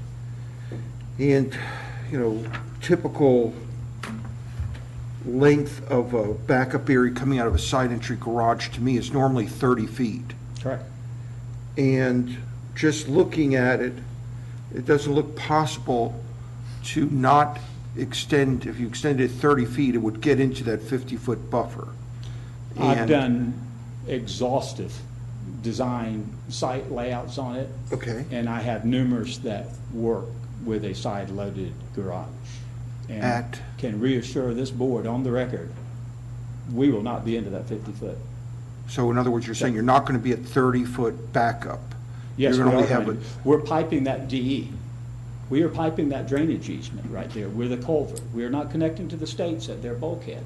We are doing it for I believe it's a length of 30 or 40 feet from the 50-foot line as required to give the necessary 30-foot reverse out of the garage. And the garage configuration is actually a 2 and a 1. So it's not 3 stacked right there. It's within the same zone. It is not changed within that 75-foot impervious, and it does not encroach into the 50-foot setback from the waters of the state. But the DE that you're seeing will be required and will be part of the backup zone for the garage. The garage won't encroach into the 20-foot, I understand that. but the parking will, So the turnaround. I guess I'll revert to staff. If it's not showing this backup area, okay. What plan am I looking at? I guess I'm seeing now one on the screen that also looks different. It's the same plan. I just took, the blue is just, am I taking the garage and rotating it? I don't think any of the plans show the side turnaround area. But, you know, the board can make a condition that any turnaround area stay out of that 50-foot Yeah, buffer. I think just looking at this plan, when you turn that building around, I think you're going to be taking the back of the garage and butting it right up to the back of the patio where there's no space any longer. I think that's the difference that I'm seeing, is that then I can see you're not getting in that buffer. And if you want, I can show you on a drawing. Being a typical engineer, I can't talk about a problem, I can show you it. I don't think this drawing's completely correct. And because The blue was just to, show side entry, right. but not necessarily how the building's going to be. Okay. But unfortunately, as you heard in the last 2 cases, we don't want to get caught with saying we approve something and make reference to a site plan and then the site plan not be correct. So If the board's not comfortable in making it with stipulations, I'm more than comfortable deferring this evening, resubmitting to Angela, and we'll just revisit this. Do you have the site plan with the side entry I do. that we could see tonight? I believe that I don't know that I have it on me in email or not. Okay, how close is your office? Very close. I And mean, yes, I do have it if signed. we had to hold off on this case for, Yeah, we you know, deferred for an hour. I mean, we may still be until later here. in the evening, we can do that. If that would help you. Or I'm more than glad to blue line a print for you this evening, if that's what you want. The concern that if you look at the plan that is on display right now, the Yes. concern that Mr. Recook is raising is the 50-foot easement, or I'm sorry, setback from the spring head. Mhm. And in turning to a side entry garage, the concern is that you're going to run into the 50-foot Yeah. coming out of the Exactly. garage, as it's drawn on our blue line. Right. Let me tell you the Do you have the process that I've benefit of been seeing this down. blue line, by the way? No, I have not. Okay, that's the That might problem. help you understand our concern, Yeah. or Walt's concern, my concern. I just wanted to be correct. I think you may Talk raise to a good point. everybody. I think what happens is your garage actually gets moved so that the back of the garage eliminates that hole and therefore would give you that 30 feet. Let me, what I can share with you here. Now, if you can email it to Angela, if you've got it on. She's got it. I have the house floor plan, but that's not going to show it applied to the site, unfortunately. That's not going to show it within the setbacks. I have that.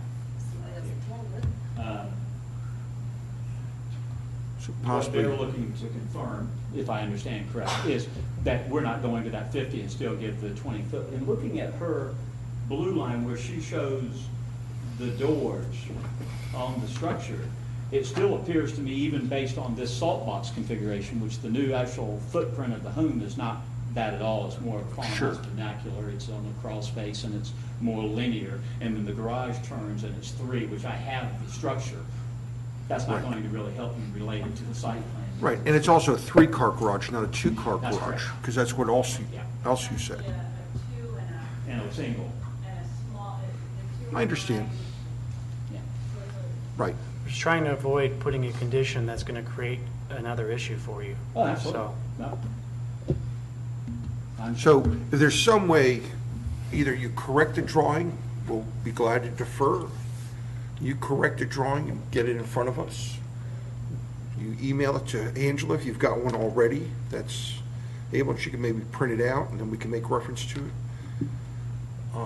That seems reasonable, but I just want to make sure we have something that we understand what we're voting on for the encroachment. Does that make sense, Board? I chair the Roswell DRB, and I also understand about making Sure. sure the plans are documented so we can go back on it. I completely concur. I'm sorry, I'm taking back, this is the first I knew of a side loaded, and I've seen the blue line. Didn't have this before. Sure. It presented it that we wanted an encroachment of X number of square footage, and my mitigation plans Sure. show X number of square footage into this 75-foot impervious zone. That's all I want. And then I'll advise the client to go about. If one of the stipulations of staff is that we have to have a side-load garage and X number of square feet of gravel, I'm okay working it. I just need to Right, and- understand. What y'all need is the proper documentation. That's all. That's all I want to make sure of. And maybe it's a question for city council. I don't know. Is it appropriate to ask for a stipulation pending that I'm going to resubmit to Angela and that at least 2 board members review it, that it does fit within the guidelines, it doesn't go beyond there, and is an actual representation of what the client is going to do? Then it's worth putting additional effort towards the architecturals, the further site plan on it right there. I really tried to keep the hours reined in, No, I agree. which has been extensive on this particular site in working out septic and site plan. This is the first I've heard of a side load. Now, let me go back and work out the side load, and I'm more than happy to submit documentation that shows that and keep you out of the 50-foot Well- state waters. Can we maybe make a deferral for 30 minutes or something and let him come back? I don't know if that's something that the applicant's prepared to do. Yeah, I mean, that's not realistic for a hard line print that you would want to have right there. I mean, I could have it on Angela's desk tomorrow morning. But you can't sketch something you don't I think can sketch is- something here if I. That's fine. Do we have a printer or anything, and a scale handy, or I probably have scales in my vehicle? Yeah, if I have a scale, I'd be more than happy to scale something out right now and resubmit. Is that, will that satisfy the board's need that we Yeah, have that something? way, I don't here? want you to come back. I mean, Okay, thank you. I appreciate that consideration. Okay. I've been on the other side If like that's you. fine there. So we expedite this evening. If y'all don't mind, I'll step aside and do it. It's up and to the y'all move board. straight I'm ahead just with your one other vote. agenda. I'm just one vote. Okay, thank you.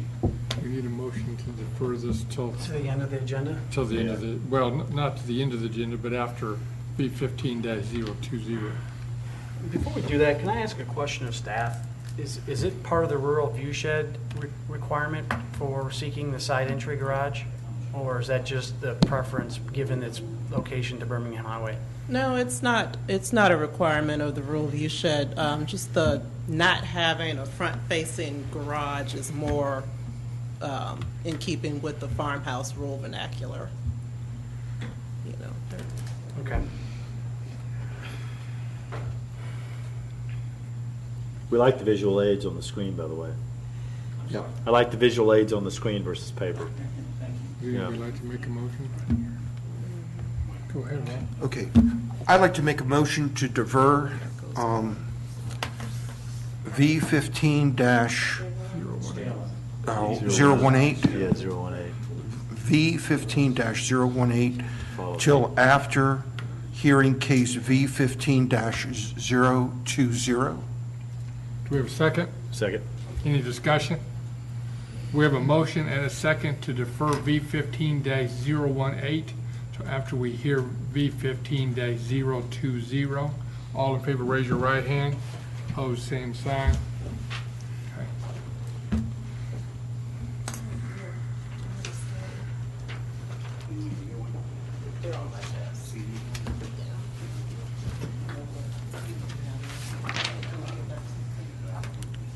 Get them some white out too.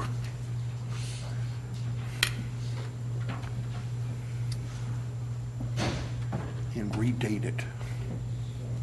Angela, that brings us to V15-019. Would you please present? Yes, sir.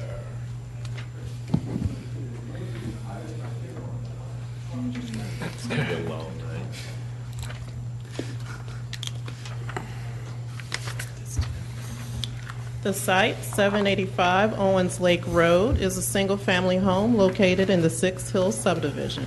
The 1.56-acre lot is zoned AG1 and is in the rural Milton overlay. The applicants, Jane and Ed Davis, request to build a garden shed in their backyard approximately 35 feet from the rear property line. They have stated that this area is fully landscaped with mature, tall trees and shrubs, which will render the shed fully screened from any neighbors to the rear or side of their home. Section 64, 416 2D states that the minimum rear yard shall be 50 feet. No structures are to be located in this area. Since the Davises propose to locate their garden shed in this area, a variance is required. On May 5th, 2015, the DRB offered the following comment. If the structure does not visually impact the neighbors, I can't imagine any issues. Get a letter of support from the neighbor. The staff held a focus meeting on May 6, 2015, in which the following comments were provided. Site plan review, architect, the arborist, and DOT stormwater had no comments. The standards for consideration were stated earlier, and the applicant responds as follows. The property behind my home is largely a hillside with 25 steps leading up the hill. The area is fully landscaped with mature, tall trees and shrubs, so the shed would not be visible to any neighbors in the rear or side of my home. The shed would have no impact on the public safety, health, and welfare other than a positive one. Staff response. While the proposed shed would not cause a substantial detriment to the public good or surrounding properties, there are no extraordinary conditions of the property which would limit the placement of the garden shed to the rear setback. For example, the shed could be located in the area near the edge of the lawn. Recommended conditions. Should the board choose to approve the application, staff recommends the following conditions. And staff has no conditions at this time. Staff recommendation, staff recommends denial of this request. This concludes the staff presentation. Thank you. Any questions to staff from the board?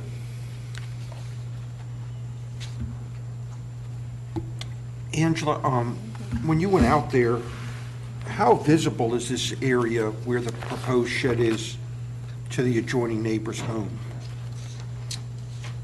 I did not do a site visit. I was not able to do a site visit, so I'm working off the aerial picture. Sure. How about Mr. Law?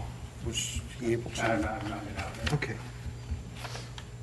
And, judging by the pictures, that there is significant screening on the lot. Let me see that picture. I didn't get that one. Where do they want to put this? Up here somewhere. Okay. Any other questions to staff? At this time, we'd like to invite the applicant forward to please present. If you'd state your name and address for the board, we'd certainly appreciate it. Hi, my name is Jane Davis. I live at 785 Owens Lake Road, Milton. And basically, we want to put a garden shed where the garden boxes are. And our backyard is largely a hill. And then it goes flat where the garden boxes are. And then there's another hill to the back property. So where the shed will be placed, there's a hill behind it, including mature white pines. So there's absolutely no visibility to the neighbors in the rear. And including the sides, we have mature evergreens on the entire perimeter of our property. Can you hear me okay? Yes. Okay, sorry. So the hardship is that there's a hill with 25 steps, then we've got the garden. It's a garden shed next to the garden boxes, and it's completely screened, heavily screened. Our backyard is very private. Any questions? I do. Go ahead. Just to make sure, what type of material are you going to be making the shed out of? Stone, no, just kidding. It's going to be, I have a picture of it. It's going to match the exact as our house, cedar. Can't use the word match. Oh, it's going to be similar to our, No, I'm kidding. Okay. I have a picture of the shed, well, it's going to match the house. Okay, so this is going to match the siding of the house. And the roof will be cedar Okay. shake, which is a requirement for the neighborhood. I do have a little picture. I have a question. Staff said that they'd like you to locate this near the edge of the lawn. Any reason you don't want to locate it near the edge of the lawn? Because it's a garden shed, and the garden is where that plateau is. So is there enough sunlight back there that's why that area is? Yes, it's pure sun, yes. Okay. That's why, do you see the garden boxes on the plan? That's pure sunlight. So And I've got- that's the reason. So you've got a garden up there, and that's the area where it's getting the Right. most sun. And then And you want up- to keep the shed next to the area where you're gardening. Right, and then above that are stairs where there's blueberry bushes and there are fruit trees behind it. And then there's there's a path, and then there's the white pines and other evergreens. Okay. Did you have to present this in front of your HOA to get approval for this structure? I have, and he didn't see a problem with it. He actually wanted to replicate the shed. He thought it was really cute, and he's going to come over and take a look at the placement also. That's So in the process. You haven't received approval then from the HOA yet? It's in the process. Okay. If I don't get approval, I won't go with it. I thought I would go this step Interesting. first. There's no point in, Sure. And have you got any letters from your adjoining neighbors that would be nearest to this shed? I approached the one that the previous, 2 weeks ago, I'm not sure the name of that board, but they told me to get a letter. I sent an email to my neighbor behind me, and I've approached her before also about it. And she said, I'll stop by. I've got a copy of the email, and she hasn't stopped by. I can't force someone to come over and, look at my backyard, so. Okay. Yes, sir. In this case, Angela, would mailings have gone to the neighbor Wait. to the rear? Go I ahead. just want to Okay. clarify this Sure. mailing, the neighbors, adjoining neighbors, that's just the right and left, or would it be there to the rear as well? Mailings went out to all the neighbors within 300 feet of the center of that property. Okay. So she's had ample warning and notice, is what I was trying to get to. What's the size of the garden shed you're proposing? I think I have on there 10 by, it's my husband's garden shed. I really have little input on this. I think it's 10 by 12, 8 by but 10. he may have said 8 by 12. 10, but worst case scenario, 10 by 12. On the picture that we have, it looks like it's marked 8 by 12. Okay. Sorry, I think I have two different measurements on that plan. So if that makes a difference, I can, I have a 10 by 12, I would have gone bigger. okay. Do you have a little tractor in it? We've got a little mower we want to put in it also. That was my only question. So if, the neighbor's been notified, and you're looking for somewhere between an 8 by 12 or 10 by 12 shed. Is this the shed? That's the shed. So, It's charming. It's got little boxes and garden, little window boxes. so it looks like it's cedar shake though on the sides. It's not siding necessarily, but it's cedar shake. It'll match our house, which is Okay. cedar siding. Okay. We have very strict covenants. So in if our we made neighborhood. any mention of anything, we should probably mention this photo or something, so, Yeah, yeah. okay. Any other questions? Thank you. Thank you. This time, we'd like to open the floor for public comment. As there is none, you do have the opportunity to make a closing statement if you are interested. Okay. Any questions to staff from the board? This time, the public hearing is closed and the floor is open for a motion.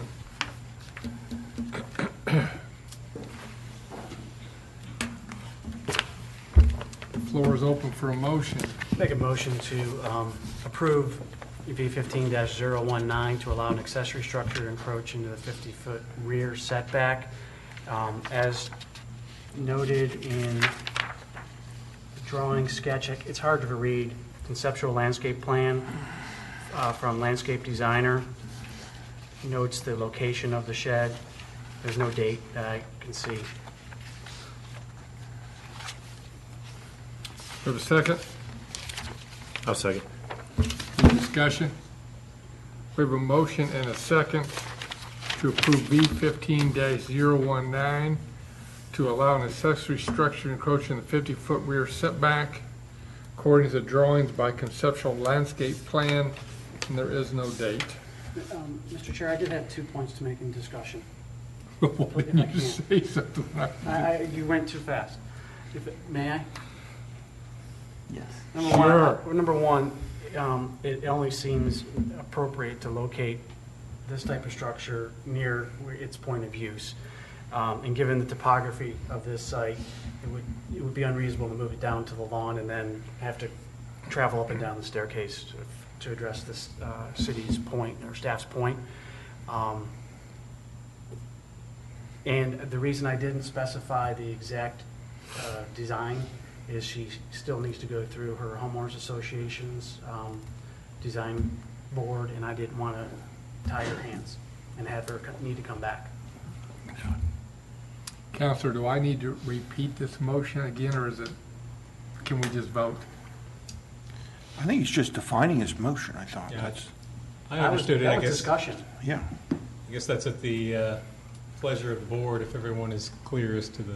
Is everyone clear? I think you should I'm clear. restate it. Since everybody's clear with the motion and the second, and there was limited discussion, all in favor, raise your right hand. Opposed, same sign. Pass unanimously. Good luck and congratulations. Yep. Thank you.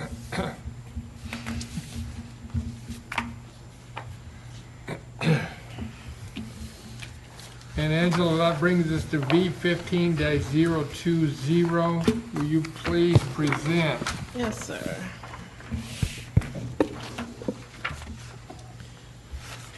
The site, 765 Traymore Place, is a single-family home located in the Traymore subdivision. The 1.26-acre lot is zoned AG1 and is located in the rural Milton overlay. The lot has 2 street frontages, Birmingham Highway and Traymore Place. A stream forms the eastern property line. The applicants, Barry D. and Melissa Hairston, have proposed to build a 46 by 40 sport court behind their house. The area will also include a 40 by 20 foot pool with surrounding pool deck approved per V15-014 in April 2015. An existing flow well system will handle the runoff from the sport court as well as the pool and deck. Section 64, 426, 1 and 2 state that an undisturbed natural vegetative buffer shall be maintained for 50 feet, measured horizontally on both banks of the stream as measured from the point of rested vegetation. An additional setback shall be maintained for 25 feet, measured horizontally beyond the undisturbed natural vegetative buffer, in which all impervious cover shall be prohibited. Grading, filling, and earth moving shall be minimized within the setback.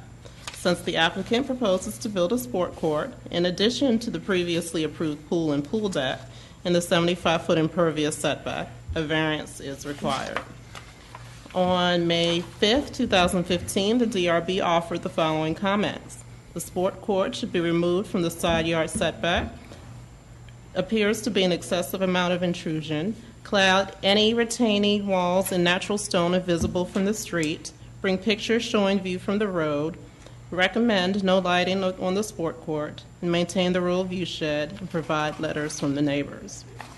The staff held a focus meeting on May 6, 2015, at which the following comments were provided. Site plan review, the city architect and DOT stormwater had no comments. The city arborist stated mitigation will be required for any applicable trees that are removed.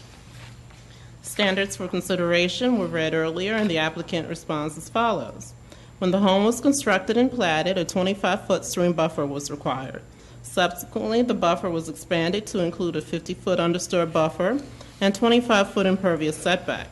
A 70-foot setback line extends through the part of the yard and septic line extends through the part of the yard and would require relocation. Constructing to the west side of the proposed location requires extensive and costly retaining walls and would conflict with the pool. Constructing in the front or side of the house would require extensive tree removal and retaining walls and disturb the natural beauty. The proposed area is the only area that provides 100% seclusion from the neighborhood visibility during seasonal use. The proposed location is the only flat area across 1.29 acres to construct the sport court. The area is currently an eyesore of overgrown weeds and brush and harbors snakes and insects. The staff response: unless a variance is granted, there is only a small area between the 60-foot rule view shed and the limits of the 75-foot impervious setbacks suitable for building and amenity. The applicant has previously received a variance to locate a pool in the rear of his property. The chosen location of the pool minimizes the height of any retaining walls, but pushes this proposed sport court further into the stream buffer. The proposed location of the sport court will put an extra burden on natural drainage of the area. The proposed court is not visible from Birmingham Highway or the neighboring properties due to the topography and screening. Recommended conditions. Should the board choose to approve the application, staff recommends the following conditions. Any retaining wall shall be faced with brick or stone. Provide true recompense per the city arborist, and no lighting shall be provided for the sport court. Staff recommendation. Staff recommends denial of this request. This concludes the staff presentation. Thank you. Any questions to staff from the board? Yes, sir. I've got a couple questions, if I may. One of the comments that the applicant makes is that this area that they're proposing for the sports court is one of the few areas that they could actually place this court, which is fairly flat and less intrusive to the number of trees elsewhere on their site. I'm just wondering, in the staff's opinion, is there any truth to that comment, that this is the better location on the site for having this versus the other location, I guess, on the other side of the property? I can address that, Walt. Yes, sir. Did get out to the site. That is a low area. It is rather flat. It's not overgrown. It may have been in the past, but it's not overgrown right now. Just as far as any overgrown or wildlife or anything, maintenance can address that. You know, so that can be maintained to address any of the wild growth or overgrown. The other side of the pool, or the proposed pool, I can't tell here if there's any room with the rural view shading setbacks over there, but there possibly could be room for that up there. I'm not sure. I haven't. Okay. But there is no vegetation where this pool is going. I mean, where the court's going. Okay. It's already been removed, but that was by the previous developer. Okay. Second question. It says any retaining wall shall be faced with brick or stone, but I notice on the plan they're submitting, it looks like it's modular block which has a stone face, in my opinion. I guess I'm just trying to understand, is modular block with the architectural finish, is that considered brick or stone? It is. Modular block is an acceptable use for And then it also says no lighting shall be provided for the sports court. And I just want to make sure, I know even for myself, I'll do maybe foot lighting, but I'm not sure you just don't mean that there's lighting, in other words, on the court itself that would basically light it so they could use it at night.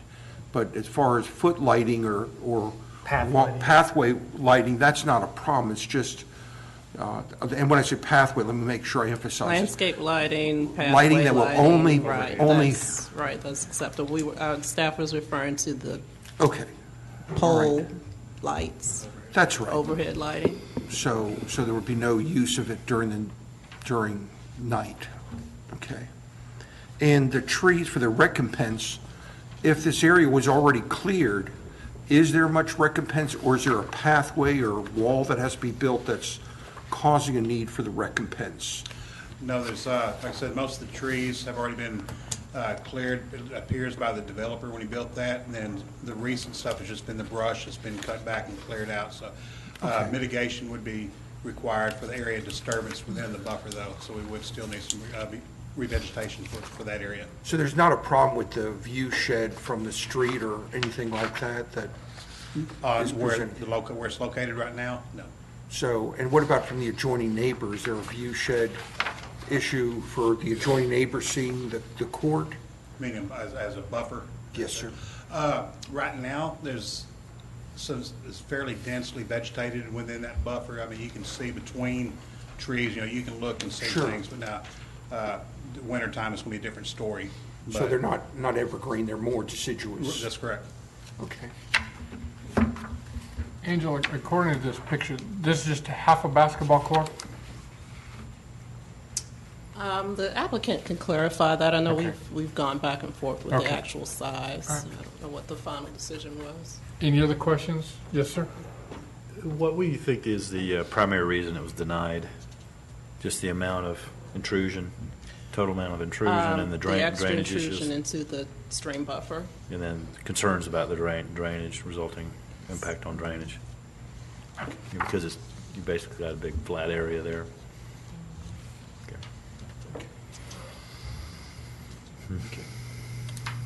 At this time, we'd like to invite the applicant forward to present. And if you'd state your name and address for the board, we'd certainly appreciate it. Good evening. My name is Dino Harrison. I live at 765 Traymore Place, Alpharetta, Georgia 30004. You mean Milton? Milton. I'm sorry. We write Alpharetta all the time. We'll start writing Milton. I understand. And so, first of all, we were here 30 days ago. You guys did the approval on the pool, so we thank you for that. And when I was here, I actually was a little jealous that I didn't have a bunch of boards and stuff like that to show you guys. So I actually brought, if you could bring it up, Dash, just a quick little video to give you a quick piece of insight on what this will look like once it's all done. This is the artist rendition. And as you watch through here, it shows exactly where the sports court is going to be in relation to the previously approved pool. You can see that we're going to likely have to build a wall that will be faced in stone to divide that area where it's at. No major issues with drainage. We've got 17 different flow wells that will be done with the property in relation to where the pool's at today, as well as behind the walls to actually filter that out. No issues with drainage in there even today, and definitely after we get everything done, I don't think there'll be a problem with that at all. Okay, Dash, you can probably close that out. Angela hit a lot of what I'm going to talk about, so I'm going to be really, quick as I go through these next slides. If you go to the next slide, Dash. The first question is why. I think she hit a few of these. The setback rules changed from 25 foot to 75 foot. When we originally did this design and had the survey done back in January of this year and submitted for our building permits, that's when we found out about the 75-foot impervious setback on the stream buffer. We then came back, obviously had to get approval on the variances. The home currently where it sits today is already within that 75-foot impervious setback. And if I could draw your attention to the bottom left, I know it may be a little difficult to see, but the current setbacks that we have across the view shed, the rear setback, and the 75-foot impervious setback on the entire 1.3 acres of land that we have within this house, there's only about a 25 to 40-foot strip that you can see where the red arrows are pointing there that we have to build any outdoor amenity on the property. Angela also hit on the septic tank lines actually are on the west side of the house as well as on the top part of where the pool is going to be. Those would have to be relocated, and the pool is there anyway, so that's also a reason for the variance. And this is also the only the proposed area is the only flat area that we have across the entire property.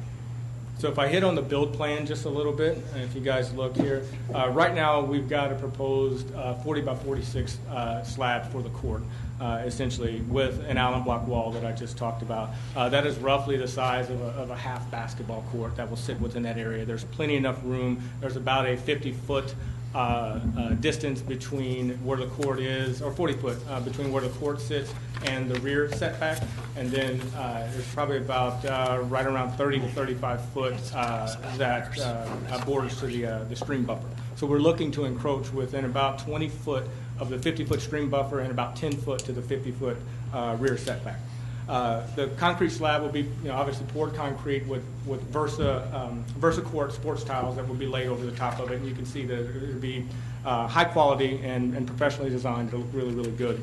The drain and storm mitigation is the same as what we've already done and have approved for the pool. To kind of combat, if you will, the visual element, it's definitely in the winter, whenever you can actually see through to see the court. We're going to plant emerald arborvitaes on both the north and the south sides of the court to really provide a lot more seclusion, if you will. Right now, you can't see back there anyways, and I'll show you guys some pictures of that. And the last thing is the color scheme, I'll show you in just a minute, is blue and red. It's consistent. These are some examples of the sports tiles that we're going to use, really high quality sports tiles. Blue and red are consistent with the Milton High School colors, which we thought was important considering our proximity to Milton High School. And you can see from my perspective, the blue and red are a perfect match, if you use that word, right, and fully compatible, right? Last thing that I'll do is talk about some supporting facts, I think, that really drive the approval for this, or at least our plan for approval. If you go to the next slide, Dash. Here we go. All right. Here on the bottom part of the screen, I want to draw your attention to exactly what the court's going to look like with the blue and red scheme. On the bottom right-hand side, this is the contractor's rendition of the Versa court. It will look exactly like this in the way that is laid out. The fence is obviously, they just stuck that on there. We won't have a fence like that around it. The fence will wrap around the entire property the way that it is today. And then on the bottom left-hand side, you'll see that's an actual picture of our neighbor's sports court, which is just 3 houses up from our property. They did exactly what we're talking about doing. We mimicked a lot of what we're doing off of what they've already had approved and what they had done, I think approximately maybe 3 or 4 years ago, if I'm not mistaken. It's got the direct lights that shine down, and you can see as you look at the picture, you don't see anything above those lights. So there's no glow that actually happens above that court. And they've also got trees around it. So I wanted to just make sure that I gave you something to kind of orient around what the court will look like. Okay, so you get those pictures. Next slide, Dash. Here we go. So supporting facts. My daughter's going to hand you guys some pictures that I want you to take a look at. There were some questions around whether or not you could actually see through back into that area from a rural view shed as well as from the bordering neighbors. So some things that I want to draw your attention to. It's built in the southeast corner of the property, pretty much zero visibility during the season from the road and the neighbors. And that's the road from Traymore Place as well as Birmingham Highway. So if you look at page 2, from Birmingham Highway, you can see you can't see up into the yard or the house whatsoever. As you're coming around the corner right there where the house sits, we've got a 6-foot privacy fence that's there. It's bordered by Leland cypresses that go all the way down from Birmingham Highway that actually border to the south side of the neighbor behind us. And so there's absolutely no visibility that comes from the road. If you look at slide 3 that's there, this is the view towards the home that's on the south side of our property where the sports court is going to be. And as you can see, as you look through there, the Leland cypresses actually go straight down as well, and you can't even see the home. And if you look really close, you can kind of see a little white speck within there, and you can actually visually make out the home. Now, when we build this, the court will be bordered by those emerald arborvitaes that I was talking about, which will actually decrease any visibility whatsoever, even in the wintertime. The slide 4 on there is the view towards the west side of the house. And again, this is a view that was taken in March of this year. And so you can see the trees haven't even grown up, but you can still barely see where the home is to the west of us. These are the only 2 properties that actually border where the sports court is going to be. They join on the west side, the east side and the south side of the property. Okay. We have full support from the Traymore homeowners. Everyone has been in support. I thought maybe one guy was going to show up. He actually came to the last meeting for the pool. We have signed letters from both the neighbors to the south and the east I don't know if you guys have that in your packet, but I did bring copies of those as well and can provide. They wrote letters in support of the pool, the sports court, and the design. We shared the plan with them. We shared the visuals with them, and both of them are in support of the project. The neighbor to the west of us has zero visibility to our home or our backyard whatsoever, so they were not impacted at all. At the last meeting that we had, there was we did have a resident that showed up in opposition of what we were doing with the pool and potentially the sports court. I do want to make sure that it's noted that our neighbor, and I think that he's here tonight, that property does not border our property at all. It is diagonal from our property. The home sits approximately 600 feet or more away. It's heavily wooded in between. We didn't even know that there was a home over there, actually, until the last meeting in which we showed up in opposition. So, I mean, I want to make sure that, we kind of orient around, all the facts, if you will, in support. There's 17 homes in the Traymore subdivision. 8 of them have pools, and there's also an improved sports court within there as well. I did include some numbers that I was unaware of, but I thought that it was worthy of having the conversation in case there is some concern about noise whatsoever. Where this property is located, I mean, we're bordered by Birmingham Highway. There's cars that are going up and down collectively. And resources from Galen, Coral Audio, and HearNet.com, ball bounces at 75 decibels. Normal conversation is about 60 decibels. Lawn equipment is at 85 decibels. Vehicles travel at about 80 to 90 decibels, and trucks are 105 decibels. So it's it's consistent with the normal noise of the subdivision, normal noise that you would expect if we have someone out there bouncing balls and basketballs. That's all I had. Any questions? Any questions to the applicant? Yes, sir. When was your home originally built? Do you know from your records? Yes, I think it was 2008, if I'm not mistaken. And was that before or after the stream buffer ordinances went into effect? Do you recall? My understanding is that it's after. I think that the stream buffer went into effect in 2006, if I'm not mistaken. The contractor and the survey company that came in and did the work for us and the design were unaware of that change. Did not find out about that change until the building permit was denied. Okay. As far as the conditions the staff recommended, as far as the 3 things they mentioned, are there any problems with anything they mentioned about any retaining wall shall be faced with brick or stone provided the Allen block wall is acceptable? From what I heard, the staff said that would be acceptable.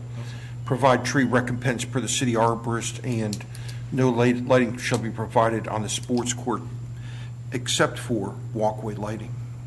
No concerns with the first 2. I do have a question about the third recommendation. Is when we talked to the design review board coming in there, we did talk about having specific lighting that shines down in the way that our neighbors have been approved and what they have. And they have special lighting that has lumens that is consistent with a full moon. So it doesn't give off any more moon or any more light than what you would see if it was a full moon out, one night. The other thing is that the way that they're constructed and how they shine, they don't shine up like a football field light, where it has a glow over the course of the horizon. You don't see that at all. It's only direct light that actually shines down. It does not glow up into the trees. And where it sits into the bottom of that southeast corner of the property, it's a 20-foot drop from where the street is down into there. It's about a 15-foot drop from where our neighbor's home is. That's then also bordered by Leland cypresses on either side. To get down in there, there's no, obviously without putting lights over there, I can't say I have a photo that shows that you won't see anything, but it's highly unlikely that would happen. So I would like to request that you guys reconsider that in case we're not building lights immediately because we don't know that we're going to need them, but I would like to have that option if we choose to do so in the future. So in other words, the configuration you would want on your lights is one that's a shoebox configuration that would be directed only into the area where the court would be, you're absolutely and not beyond that. You're absolutely correct. And the limits of the level of the light would be equivalent to full moon. Mm-hmm. Yes, sir. Okay. I have a follow-on question to that. Should you contemplate lights, have you talked with your installer to identify how many lights you would anticipate? we would anticipate one light that it would be on the west side of the court. Aesthetics-wise, it would probably look better if we did 2 smaller lights on either side so it didn't block the view from the pool. So one light in the west side would be where the basketball pole would be? No, it would be on the opposite side. Oh, If the the opposite side. basketball pole is on the east side, the light would be on the west side that shines down on the court.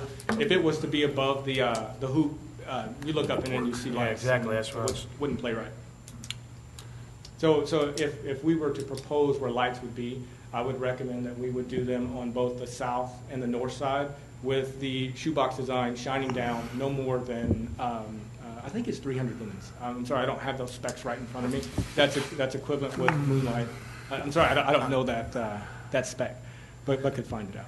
300 lumens is a little bit high, just so you know. Normal, I don't want to get into the lighting thing. We got probably an architect here who could probably help you or something, but I think the main issue is that looking at no more than full moonlight, and then Yes, sir. also And the lighting to only be on the court consistent with itself. what our neighbors have and what they're doing today. I mean, if you take a look at that. Have you picture gone that I to your provided. HOA to get approval?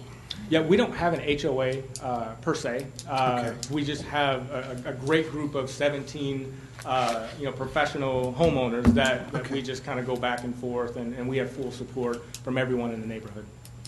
The neighbors that have the basketball court and the lighting, is their lighting on a timer so it shuts off at any certain time at night? It wouldn't. They don't turn it on unless they're actually playing on it, which would be the same thing that we would do. And you could put it on a timer to where it is unoperable or inoperable after 10 or something like that, or before 10. I mean, so I think that to be clear, we're not playing midnight basketball or 11. I mean, we would be consistent with noise ordinances and rules that we think is just being good people and being respectful of our neighbors. Yes, I have children who obviously are going to use this court like no end at some point, but we're not going to be playing, disturbing people in the middle of the night or early in the morning or anything like that. And you'd rather have your children at your home playing Absolutely. than, I understand. Absolutely, just like I check their phones every chance I get. I understand. And I know you said you had some letters of support. Did you have those with you? I that do. You could share? I'm not for sure if those were submitted or not. I don't think Ms. we Angela? have. Do we have this? We don't have one. Where's Angela? Oh, because she could just tell us if she's got them all, but. These are just the only 2 copies I have. So I Go ahead and hand them to staff. Give them to you guys. I just want to make sure I. Get them back. Get those back, yeah. Here you go. And it's from the neighbor on the south and the neighbor on the east, which, if you look at the plan, those 2 properties border like this and kind of hit with the corner, right? That's the only 2 properties that we have in front of us. Any other questions to the applicant? Thank you, sir. I got one. Pardon me? I have a question. Oh, sure, go ahead. You mentioned the court is going to be at the bottom of the area down there. Yes. So are you planning on putting any fill in there to raise in the court, or is it going to be at the bottom? No, we're going to fill it. So what You're would going to happen? fill? Mm-hmm. So when I say fill, I don't know what the proper term is, but they'll build up on it just a little bit, and they'll lay, I guess, like rock or gravel that's underneath, and then they'll do some concrete pillars in there to make sure that it's level and balanced. So if it does crack, it doesn't separate. It'll just crack, but still stay completely level. And then the sports courting will actually go over the top of it. Do you know how, from the lower level down, do you know how much fill, how high that's going to be? I don't. I can find out. My assumption that it was going to be maybe a foot or so that kind of comes up. So it kind of has a little bit of a kind of a rise to it, and then it levels off. And then we'll do landscaping around on either side of it. Any other questions? Thank you, sir. Thank you, guys. At this time, we'd like to open the floor for public comment, if there is any. If you'd come up and state your name and address for the board, we'd certainly appreciate it.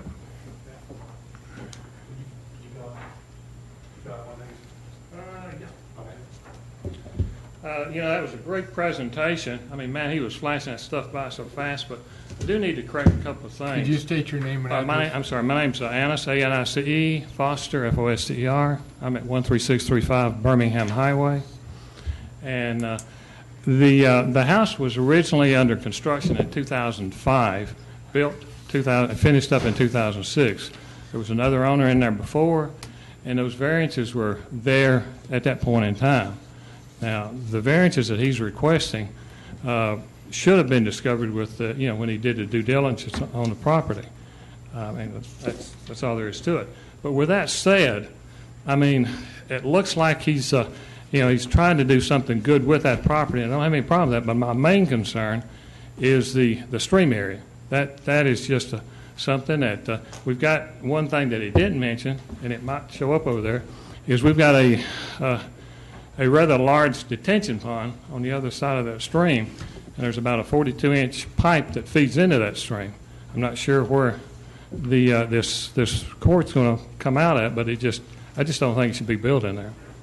And I mean, it's a nice landscape and nice plan and everything, and I'm sure these kids would love to play basketball. I don't have any problem with that. I mean, my son's grown many times over, but that stream is just a concern for me. It really is.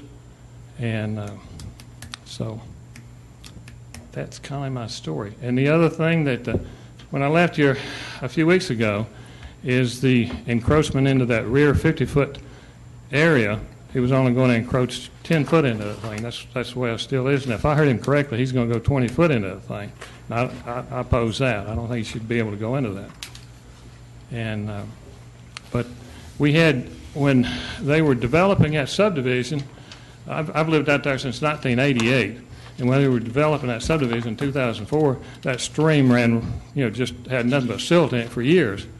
And it's finally cleaned up now, and my concern is they get in there with that fill. He was talking about I think somebody had mentioned the height of that pad. If my neighbor and I went over and looked the other day, and he had a string out. I'm not sure if he did that, if somebody, a surveyor did the thing. But if you look at that from the low point to the high point, it's about 8 foot high. I mean, I'm not sure what he's planning on doing in that, but that's what the flat area up to the top where he's taking out those two trees, that's about 8 foot. I didn't measure it, but I'm 6'4". I'm just telling you where it's at. Go ahead. Can you see this area from your home? Is this? Yes, I can see the back of the house from the house. In the summertime, it's not too terribly bad. Sure. But right now I can see it. Okay. When you say see it, are you seeing this low area, or are you seeing their house? I'm seeing their house where the pool is going to be built. The last. Okay. Well, I don't have a picture in front of me, but sure. I can see that. There's one over there on the screen. The one up in the upper right-hand corner. Yes, sir. I think is the one that I see from the house. Okay. And as far as the court itself goes, if he pushes that thing back, where that detention pond from the stream looking up is about probably 8 or 9 feet high. Okay, so a lot of that will be camouflaged, from that standpoint.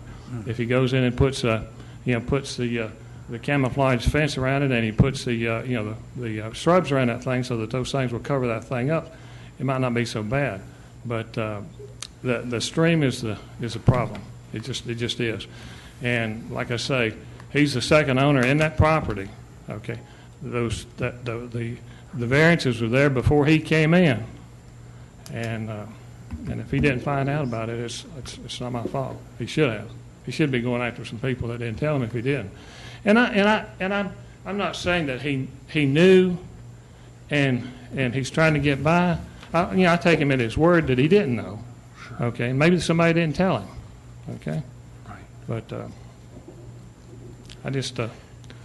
my concern is that stream and that rear 50-foot setback. And that's all I've got to say. Any other questions? Thank you, sir. Mm-hmm.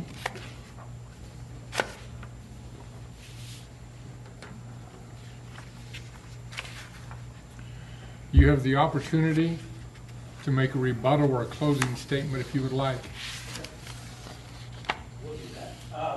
So a couple things that I want to address. The first is on the 50-foot rear setback. The encroachment in that setback is about 10 to 15 foot.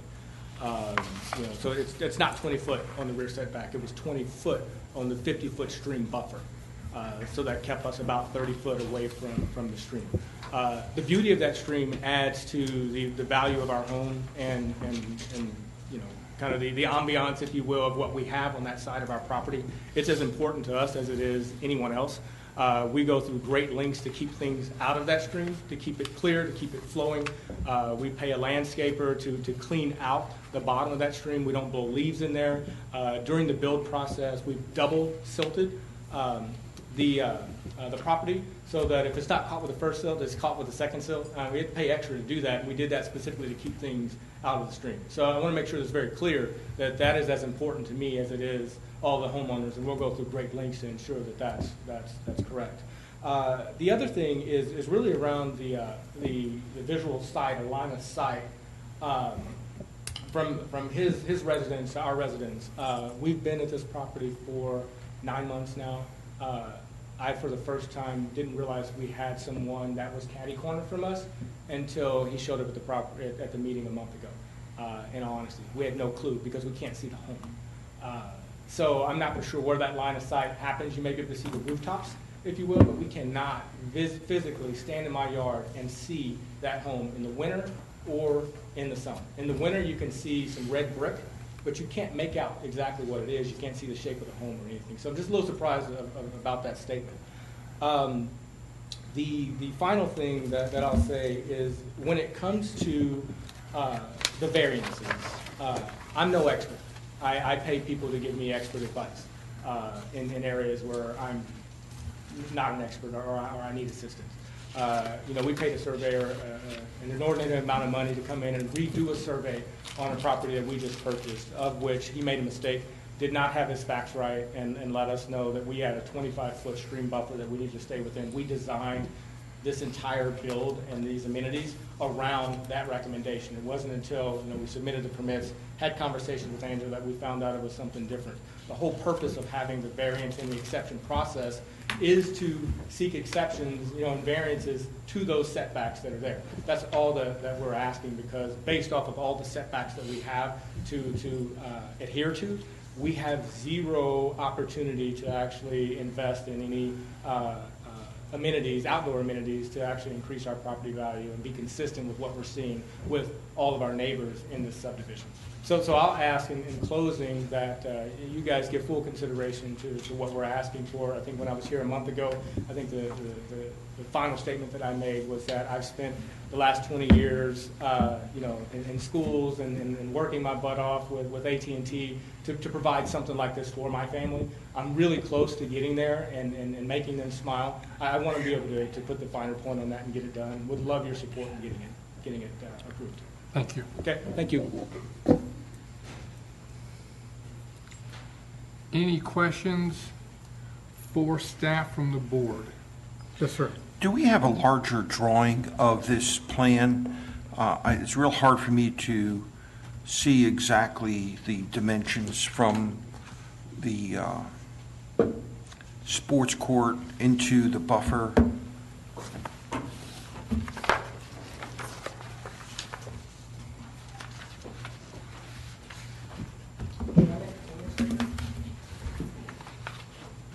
Sorry.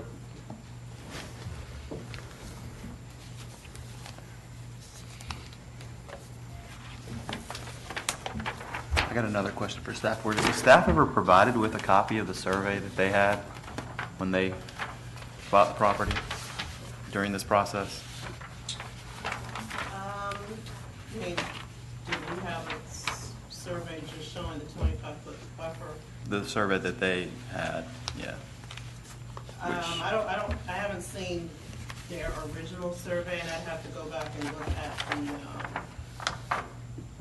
the application to see. I guess that's what I've seen so many of these. I think the original site plan just showed the 25-foot stream buffer, and then we did some research and realized that wasn't correct. But I don't know what their original survey showed. Survey without all the amenities on it. Go ahead. Angela, on the plan that we're looking at, it's kind of hard to see what the nearest dimension is to the rested vegetation of the stream, not knowing if the boundary line is actually at that rested vegetation or if it's at the, in other words, it could be at the rested vegetation, it could be at the center line of the creek. It's just hard for me to know. But it looks like it's very close to the 25-foot undisturbed buffer. I'm not sure what that dimension is, but it is there. But it also looks like on this plan, there is some infiltration trenches and flow boxes. Am I interpreting these correctly, that these are for controlling stormwater and collecting stormwater to minimize impact to the stream? Is that what these boxes are? I believe they're for any of the stormwater on that property. They're existing, so. Okay. Are they going to add any additional ones? Not that I'm aware of. Because it looks like there is at all four corners, there's four of them that look like they're shown at the core. At least, again, that's why I'm saying I needed a bigger drawing. You mean the circles around the corners? Yeah. And there's a note right either above or below each of those that looks like it's making. It's top of the wall and bottom of the wall. I don't Oh, okay. think those are flow wells, but you can ask. I was under the assumption it's just those 2, 4, 6, 8 down there at the bottom. Okay. So I guess normally when we do any encroachment into the stream buffer, there's typically something from the staff recommending some infiltration trenches or something that would help minimize impact to the stream. Is that something that's recommended by the staff, or did I miss something on that? Right. No, staff hadn't recommended additional mitigation at this point because they were existing. The applicant will have to show the calculations once he applies for the building permit, and if the numbers say that the system needs to be amended, then he'll have to provide those at that point. Okay, so it's something by code that they're required, so it's not something we have to be worried about any longer. Okay, so that's maybe why we're not seeing that. On the lighting, I know I mentioned the word shoebox design, so it won't spread. There's a better term I know that is more appropriate for when you're describing lighting like that it's, and maybe some other staff member can help me, but I know there's a term that's used to basically state that the limits of the light shall be placed such that they don't go off the site. So spill over. Right. Is that what it is? Spillover or? That's not what they're called, though, are they? I know I say They're here, not it's called a spillover shoebox, lighting. it's a shoebox design. I know that, Oh, that's the first the, thing that limits it is a shoebox, which means that it can't spread up or out. But then the second thing is that light is limited to, I think the night sky says something like the fixtures have to be cut-off type luminaries, and the light source has to be shielded, and the light has to be directed downward, and there can't be any spillover onto That's the neighboring term. properties. so no spillover beyond the edge of the sports court. Maybe that's the proper term. And again, that is all called out in the night sky ordinance. Okay, so if we wanted to do something with lighting, we could say comply with The night sky ordinance. With the what? The night sky ordinance. No, it's just a black timer. Yeah, I've got that.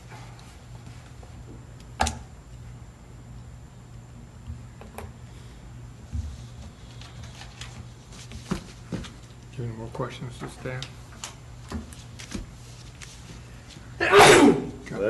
Any other questions for staff? This time, we'd like to close the public hearing, and the floor is open for a motion.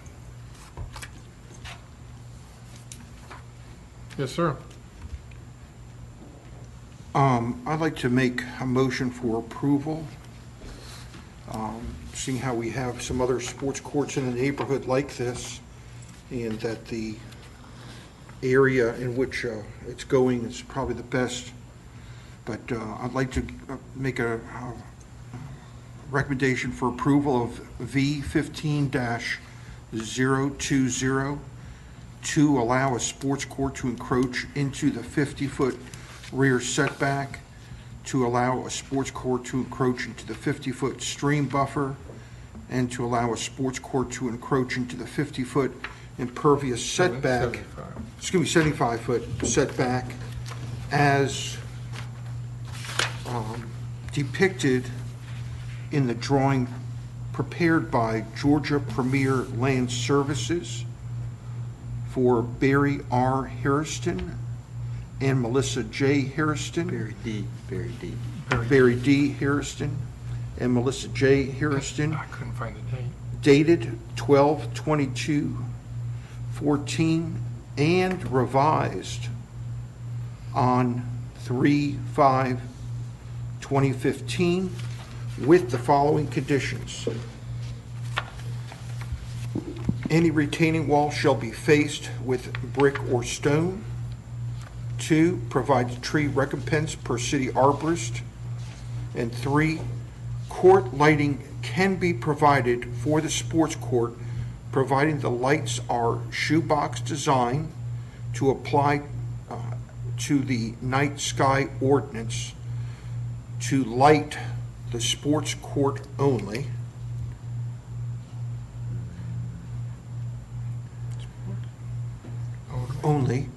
And the lights shall be set to go out at 10 p.m. Do we have a second? A second. Discussion.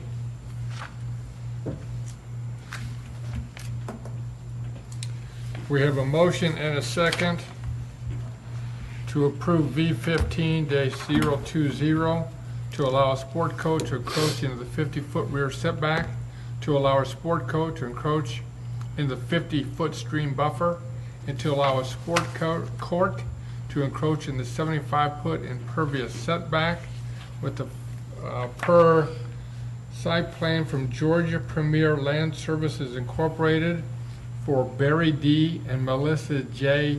Hairston, dated 12/22/2014, with a revision of 3/5/2015 with the following conditions. Any retaining wall should be faced with brick or stone. Provide tree recompense per the city arborist.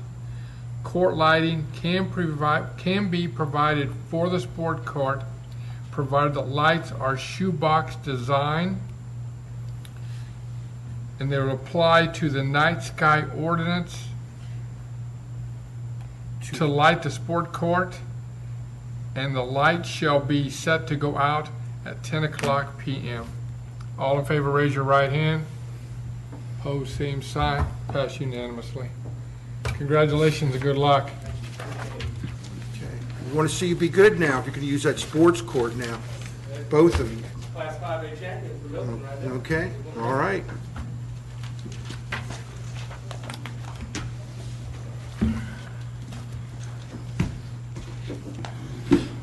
Which one are we going back to?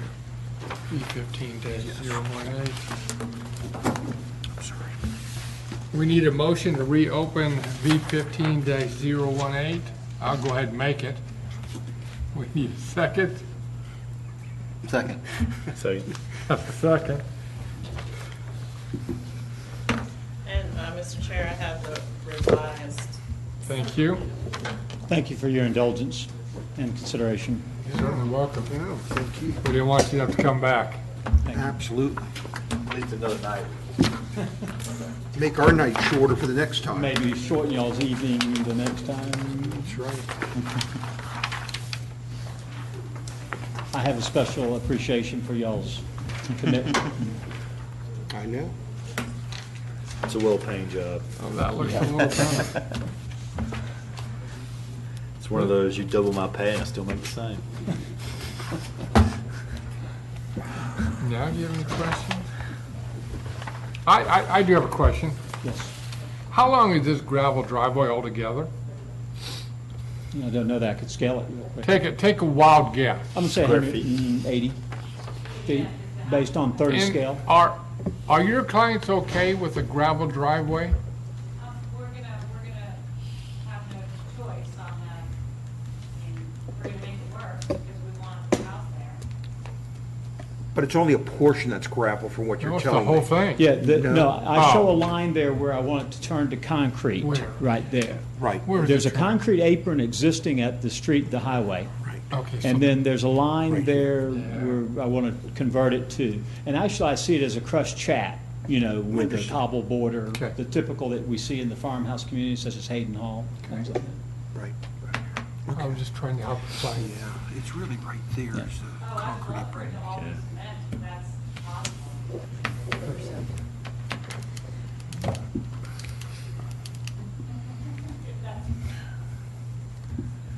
Okay, so, Yeah, I'd like it to be all be- so it's three-car garage on Actually, the it's- road.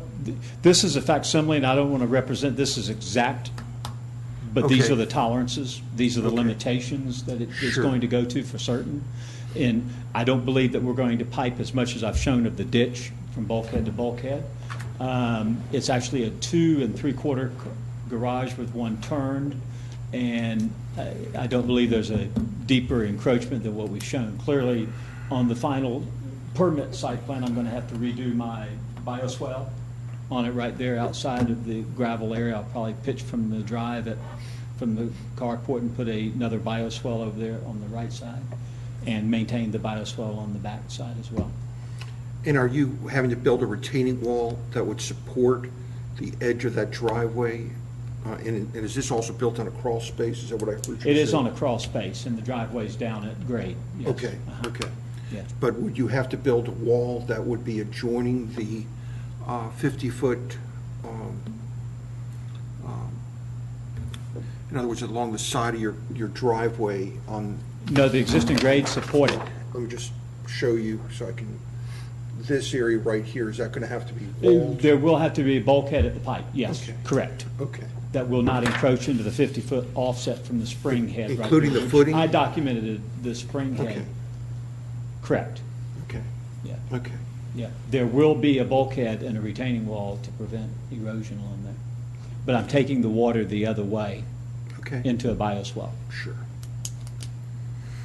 All right. Any other questions? Thank you, sir. Excuse me. Never mind. Thank you. Angela, let's see where we are here. How far did we get before? I think we stopped here. We didn't have a motion. We Yeah. did not have a motion. Well, I just push it for staff. So do I. So, all right. So any questions to staff from the board? You can go ahead and go Well- first. Yeah. My one and only question is regarding the imposition of the gravel drive, and what's the impetus for that? It's going over the septic, the reserve septic area. The field lines? I don't know that there will actually be field lines. This is the reserve area. And number one, the gravel just works better. Those are the repair lines. That's the repair zone.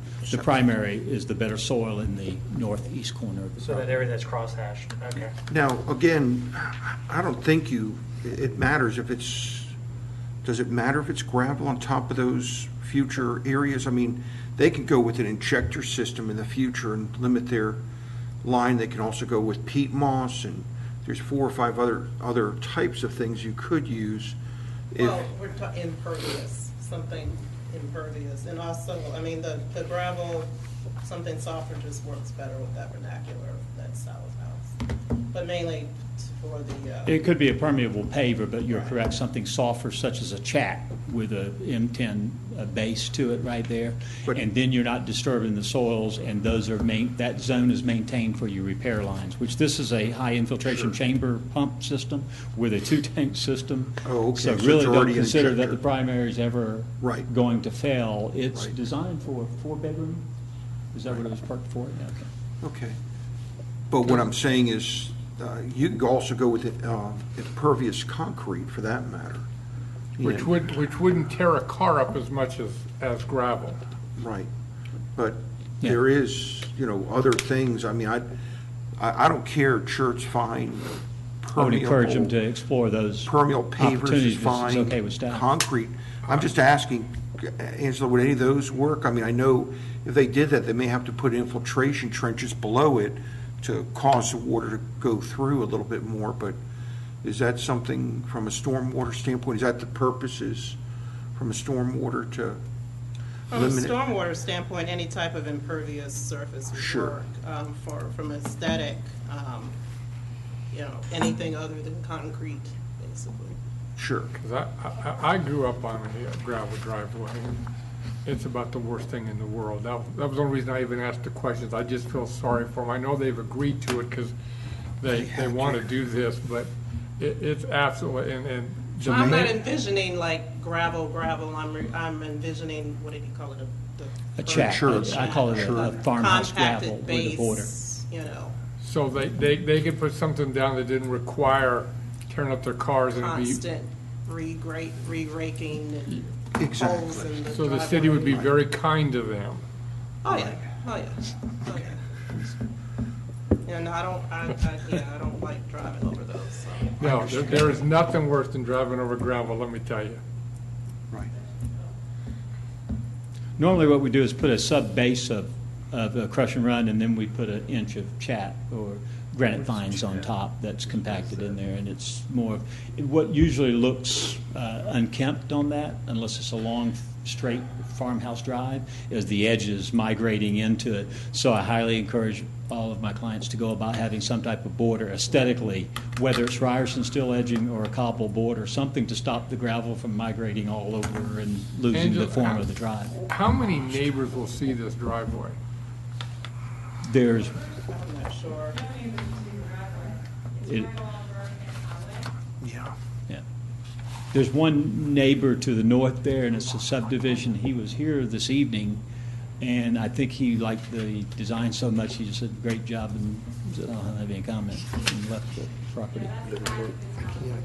You don't have this one. It's seen from the highway, Yeah. though. It is it's a visible property. Any other questions for staff?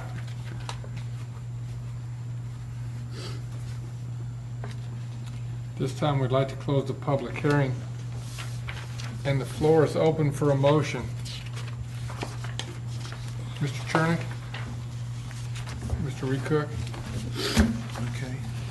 I'd like to make a motion for approval of V15-018. This is to allow a new house to encroach into the 75-foot impervious setback of a stream with the following conditions. The lot shall maintain the rural view shed. 2, any fencing shall be a 4-board horse-style fence painted black or dark brown. The garage shall be side entry, and the driveway apron and the driveway turnaround area and approach lane can be concrete, but the concrete between the apron and the turnaround shall be porous concrete or porous pavers. Could be porous pavers or porous concrete. Between where and where? Between the concrete apron and the concrete turnaround area.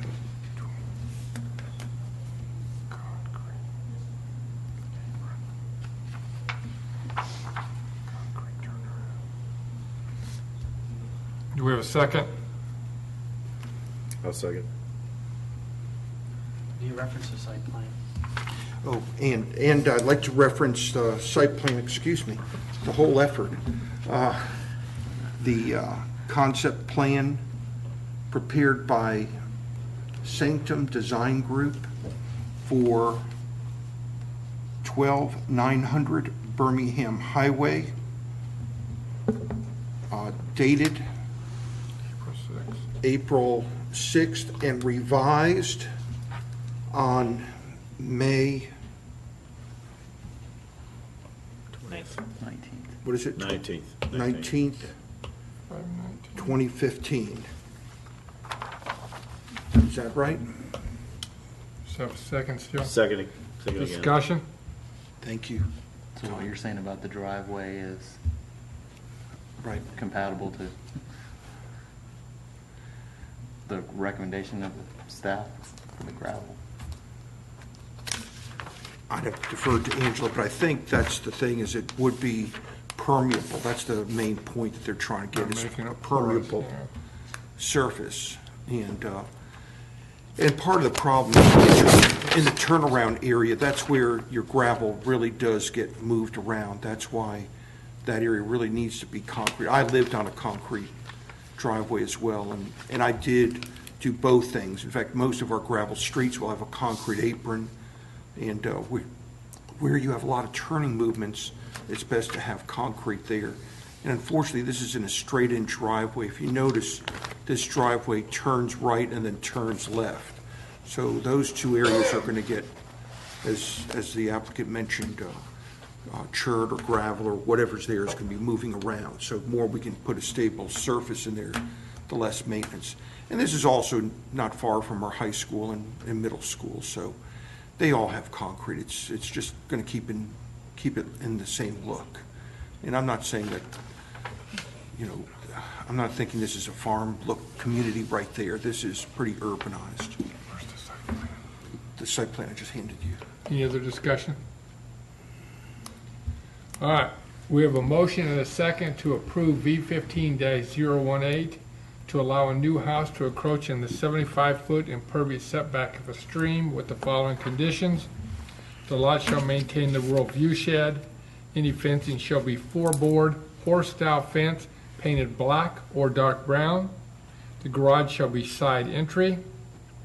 The driving apron and turnaround and approach lane can be concrete, but the area between the concrete apron and the concrete turnaround can be / should be porous pavers or porous concrete per site plan by the conceptual site plan by Sanctum Design Group for 12900 Birmingham Highway, dated April 6, 2015, and revised May 19, 2015.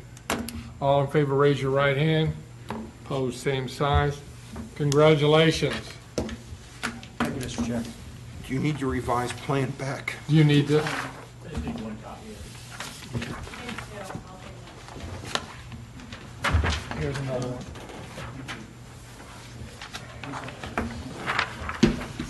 Hopefully that'll be better than gravel. For clarification, as long as it's a permeable surface. It could. Permeable pavers, yeah. Didn't know there's such thing as permeable Anything that's permeable, removable, as long as. It could or match. I'm not sure. A good one. Right. Angela, any old business? No, sir. Any new business? No, sir. You would like to make a motion to adjourn? Make a motion that we adjourn. I'll second it. Right. Discussion? All in favor of adjournment, raise your right hand. Opposed, same side. Thanks, guys.